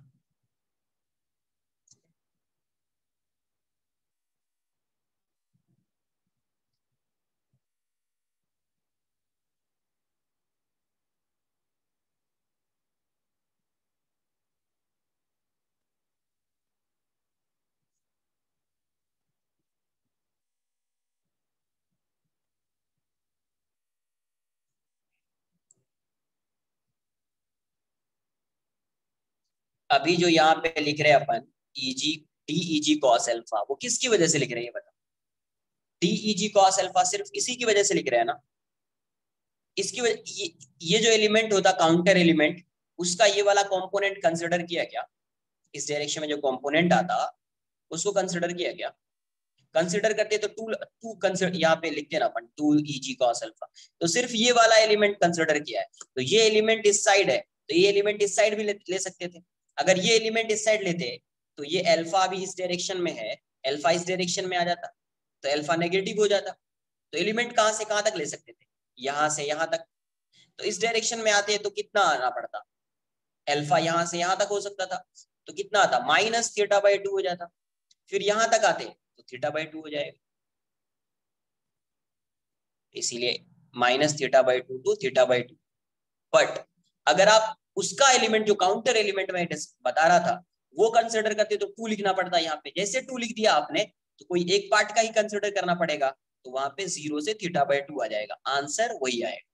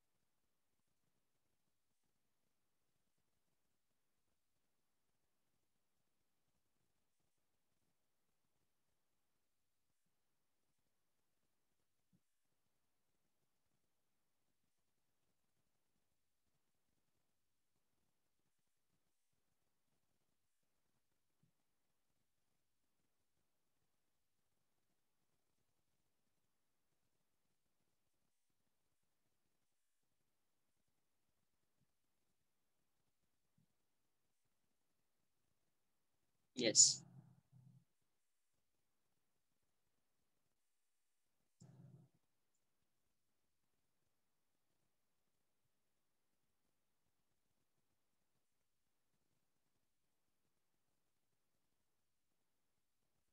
लाइन ऑफ सिमेट्री नहीं गिवन है तो वैसे ही सॉल्व करेंगे, वो तो देखो लाइन ऑफ सिमेट्री तो खुद से बना लेंगे ना यार, गिवन क्या होगा वो तो खुद से आ जाएगा। हाँ, बट जरूरी नहीं कि वो एक्स एक्सेस या वाई एक्सेस के अलॉन्ग आएगा, वो किसी भी डायरेक्शन में हो सकता है। Line of symmetry, line of symmetry किसी भी डायरेक्शन में।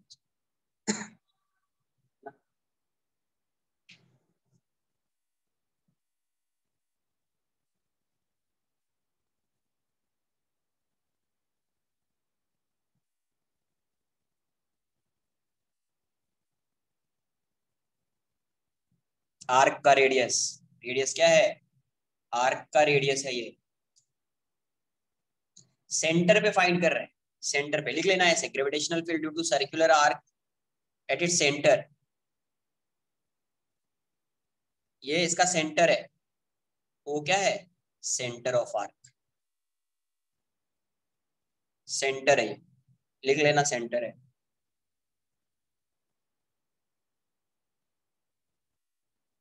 Gravitational field due to circular arc,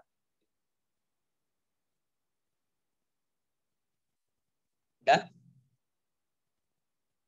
तो ये कहाँ पे फाइंड कर रहे हैं? सेंटर पे फाइंड कर रहे हैं। तो यहाँ से एक बार वैल्यू पुट कर देता हूं मैं, देखिए क्या आ रहा है। तो Eg की वैल्यू जो हो जाएगी G lambda by are sine theta by two, minus minus plus हो जाएगा साइन थीटा बाई टू। तो यहाँ से आंसर कितना आ जाएगा? ये जाएगा 2g lambda by are sine theta by to.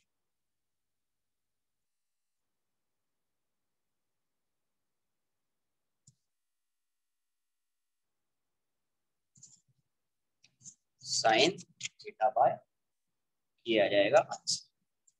अगर ये सर्कुलर आर्क ऐसा है, देख लो यार एक,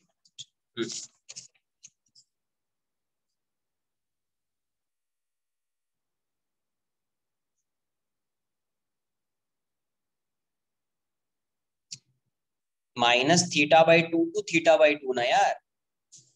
जब यहां से एलिमेंट लेते ना, यहां से कंसिडर करते तो 0 to थीटा वैसा लिखते हैं, बट उसके इसमें काउंटर एलिमेंट नहीं ले पाते ना फिर, इसीलिए यहां से ले रहे हैं ना, यहां से कंसिडर कर, इसीलिए theta by to theta by. देखो ये सर्कुलर आर्क है,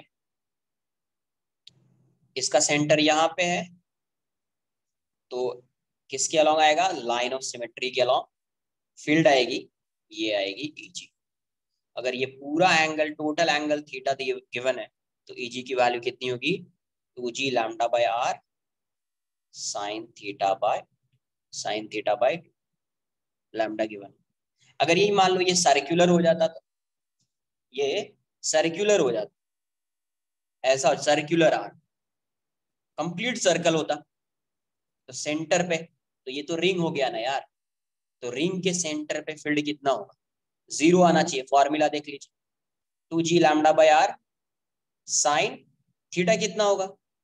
2 पाई बाई 2 पाई बाई 2 या 360 डिग्री बाई 2। तो ये वाली वैल्यू कितनी हो जाएगी? 2g lambda by are sine pi या साइन 180 डिग्री बोल दीजिए, 0 आ जाएगा। तो ये फॉर्मूला भी लगा दें, तो सेंटर पे क्या आ जाएगा? 0। पहले भी बताया है कि रिंग के सेंटर पे क्या होगा? 0। क्या होगा?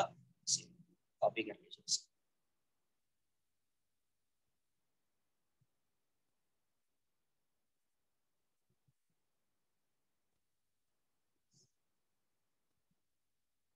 यस,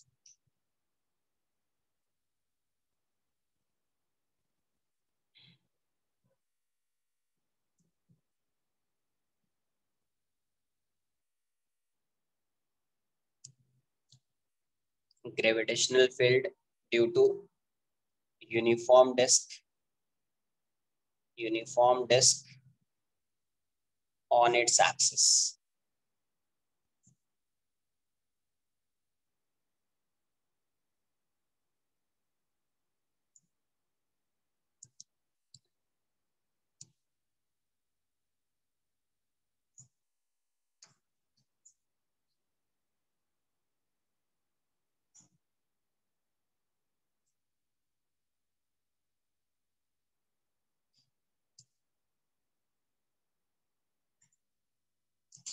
देखिए ये एक डिस्क है,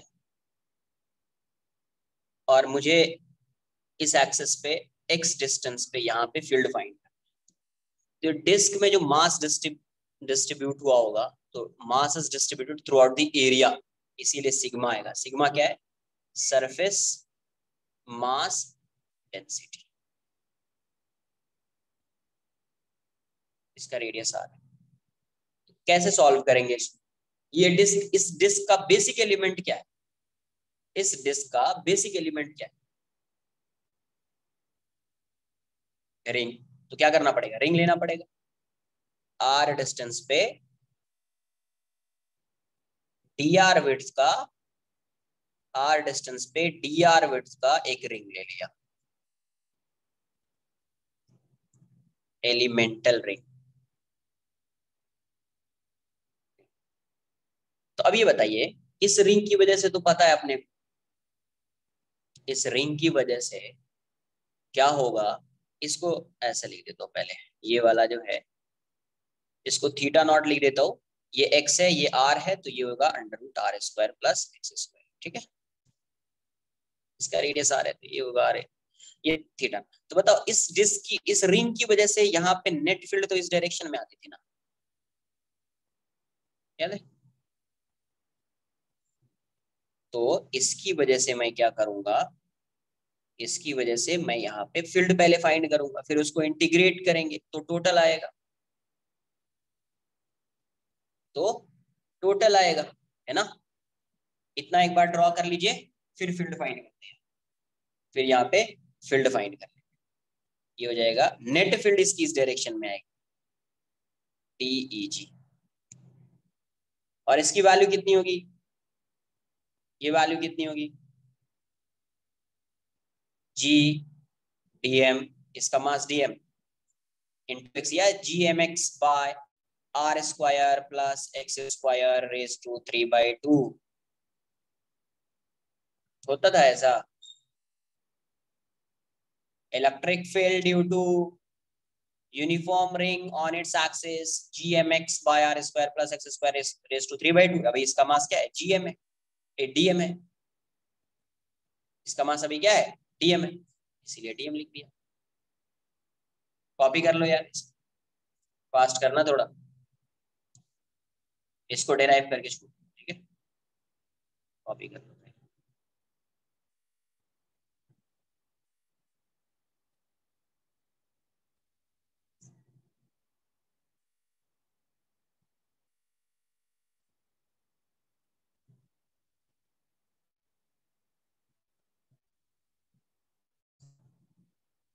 इस पेज को कॉपी कर लीजिए कम से कम।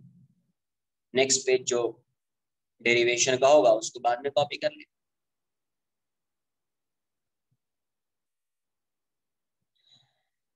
तो ये क्या है?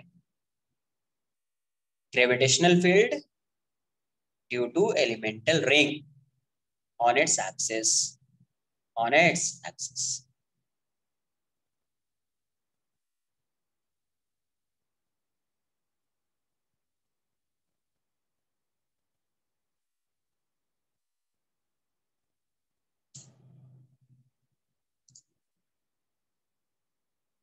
डन। देखिए, gravitational field due to elemental ring on its axis कितना आएगा? तो DEG की वैल्यू हो जाएगी GDM x by are square plus x square raise to 3/2। Also DM कितना हो जाएगा यार? DM हो जाएगा सिग्मा इंटू एरिया, तो सिग्मा इंटू 2πr/dr, 2πr/dr। अब इसमें r square plus x square raise to 3/2 आ रहा है, तो मुझे जब इंटीग्रेट करना पड़ेगा, तो ये थोड़ा कॉम्प्लेक्स दिख रहा है, तो थोड़ा मैं इसको, यस, कॉस थीटा मैं नहीं ऐसे लिख देता हूँ, लिख सकते हो, बट थोड़ा ऐसे लिख देता हूँ। देखो यहाँ से, put r square plus x square equals to t square. यहाँ पे क्या है? एक्स कांस्टेंट है, ये कांस्टेंट, पता है कि उतने ही डिस्टेंस पे फाइंड करना है। ये वेरिएबल है, ये तो अज्यूम किया, ये तो वेरिएबल होगा, ये तो अज्यूम किया, तो ये वेरिएबल है, तो ये भी वेरिएबल है। तो differentiating both sides with respect to r बोल या टी बोल दीजिए, with respect to t r जो भी है। तो d r square by d t, ये वाला तो जीरो हो जाएगा, ये हो जाएगा d t square by d t. इसको आप ऐसे लिखोगे d r square by d are into d r by d t equals to two t. तो ये two R D r equals to two t d t. तो r D r की value हो जाएगी टी डी टी। अच्छा, limits, limits देख लीजिए। जैसे आर है, वेरिएबल तो आर ही है, आर कहां से कहां तक वेरी करेगा, जीरो टू आर। तो यहाँ पे जब टी, आप आर को आपने किस में चेंज किया, टी में, तो टी कहां से कहां तक वेरी करेगा। तो जब आर की वैल्यू जीरो होगी, आर की वैल्यू जीरो होगी तो टी हो जाएगा एक्स, और जब आर की वैल्यू कैपिटल आर होगी तो टी हो जाएगा under root x square plus r square. तो लिमिट्स कहां से कहां तक वैरी करेगा, x to under root x square plus r square. अगर सिर्फ आर होता तो कहां से कहां तक वैरी करता, जीरो टू आर। तो पुट कर दिया मैंने, जीरो पे ये इतना आएगा, आर पे ये इतना आएगा, ठीक है।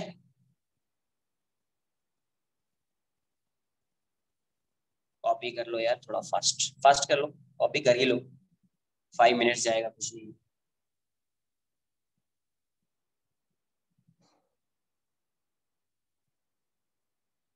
अब सबकी वैल्यू मैं इसमें पुट कर दूंगा, पहले देख लेते हैं क्या आता है।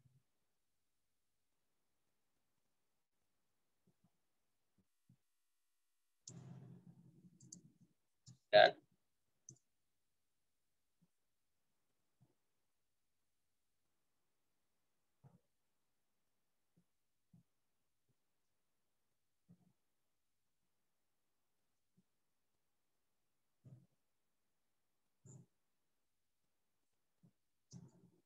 तो यहाँ से फील्ड क्या आ जाएगा, नाउ फील्ड, ग्रेविटेशनल फील्ड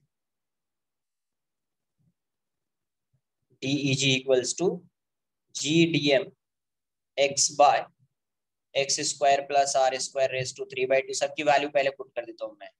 ये sigma 2 pi R D R into X by, ये वाली वैल्यू कितनी है, तो ये इसको टी स्क्वायर ले लिया, तो टी स्क्वायर रेस टू 3/2। तो यहाँ से आ जाएगा पहले 2 pi sigma G x R D r की वैल्यू कितनी आ रही है, टी डी टी, और ये वाला टर्म कितना आ जाएगा, टी क्यूब। तो यहाँ से कितना आएगा, 2 pi sigma G x by T square D t. तो नेट ग्रेविटेशनल फील्ड कितना हो जाएगा, Eg equals to integration of DEG। तो 2 पाई सिग्मा जी एक्स, ये आ जाएगा 1 by T square D T, T की value X to under root are square plus x square, ठीक है। तो 2 पाई सिग्मा जी एक्स, ये हो जाएगा minus 1 by T R square plus x square, और ये एक्स है, तो पहले इसको पुट कर देते हैं फिर इसको पुट कर देते हैं। तो 2 पाई सिग्मा जी एक्स, पहले इसको लिख दो तो माइनस जाएगा, तो 1 by are square plus x square. इस एक्स को मल्टीप्लाई कर दीजिए, तो 2 पाई सिग्मा जी, तो ये हो जाएगा 1 minus x by under root are square plus x square. तो यहाँ से Eg की वैल्यू आ जाएगी 2 pi sigma g into 1 minus cos theta naught. देखो यहाँ से x by under root are square plus x square, तो ये वाली वैल्यू x है और ये वाली value under root are square plus x square है। तो कॉस थीटा नॉट की वैल्यू क्या हो जाएगी, x by this, x by under root are square plus x square. तो x by under root are square plus x square को लिख दिया cos theta nought, cos theta not.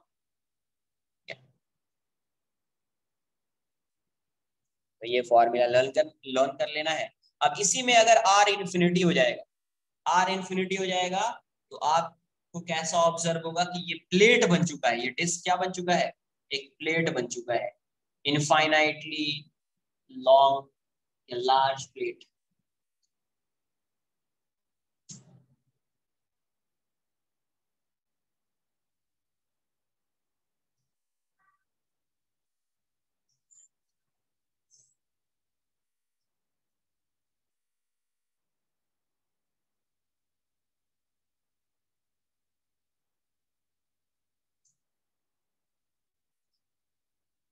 To pi sigma G 1 - cos θ0, 1 - cos θ0। ये बताओ यहाँ पे क्या vary करें, अभी आप बताता हूँ। आर ही वैरी कर रहा था ना, 0 to r। ये बात तो समझ में आई ना, 0 to r ही वैरी करता, ये तो क्लियर है ना। 0 to r ही वैरी करता ना यार, 0 to कैपिटल। तो क्या पुट किया था, देखो यार क्या पुट किया था, r² + x² = t²। तो जब r की वैल्यू 0 होगी तो t की वैल्यू क्या होगी, जब r की वैल्यू 0 होगी तो t की वैल्यू क्या होगी, x। अरे t² = x², t = x ना। अच्छा, जब r की वैल्यू कैपिटल R होगी तो t की वैल्यू क्या होगी, √r² + x²।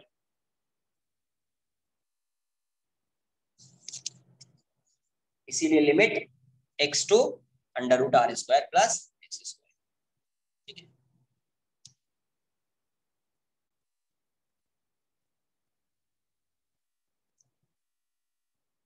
नहीं नहीं, एक छोटा सा r इन्फिनिटी हो जाएगा तो क्या हो जाएगा, बस उसको डिस्कस कर लेते हैं। उसके बाद इसका डेरिवेशन कंप्लीट हो, दो और डेरिवेशन है इलेक्ट्रिक ग्रेविटेशनल फील्ड में, दो और डेरिवेशन है, उसको नेक्स्ट लेक्चर में करेंगे अपन, शेल का और सॉलिड स्फीयर का, तो वो नेक्स्ट लेक्चर में करेंगे।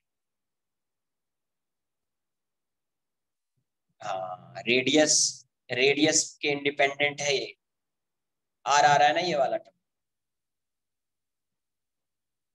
इंडिपेंडेंट नहीं है ना, आर है। ये इन्फिनिटी होगा तो ये वाला टर्म 0 हो जाएगा।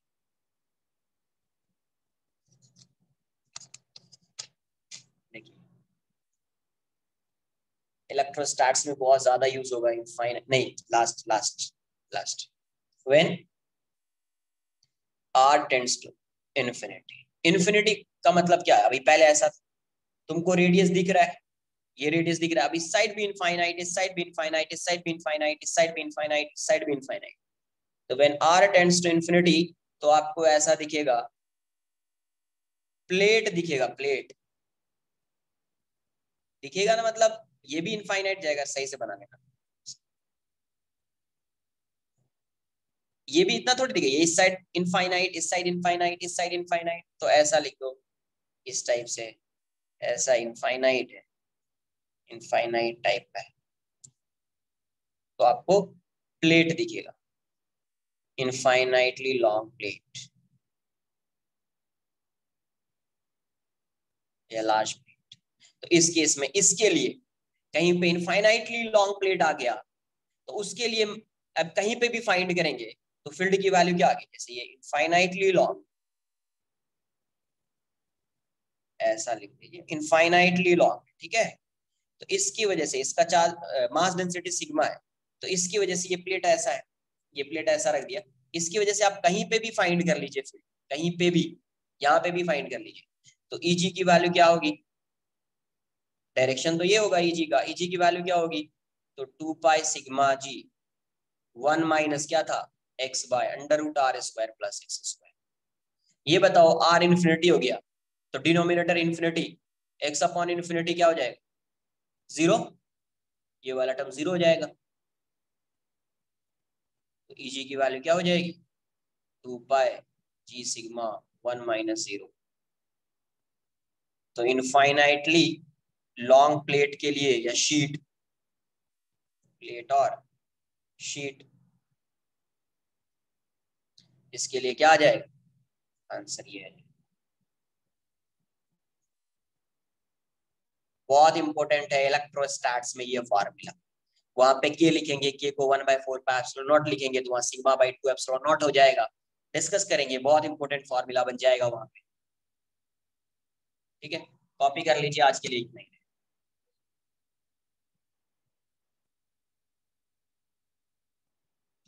तो ये जो है आर से इंडिपेंडेंट, हाँ ये एक्स से इंडिपेंडेंट हो गया, ये ऑब्जर्वेशन सही है, ऑब्जर्व करना चाहिए। तो यहाँ से डिस्टेंस से इंडिपेंडेंट हो गया, इससे आपको यहाँ पे फाइंड करना है, यहाँ पे फाइंड करना है, यहाँ पे फाइंड करना है, यहाँ पे फाइंड करना है, यहाँ पे फाइंड करना है, यहाँ पे फाइंड, अरे कहीं भी फाइंड करना है, सेम आंसर आएगा, आंसर में कोई चेंज नहीं आएगा।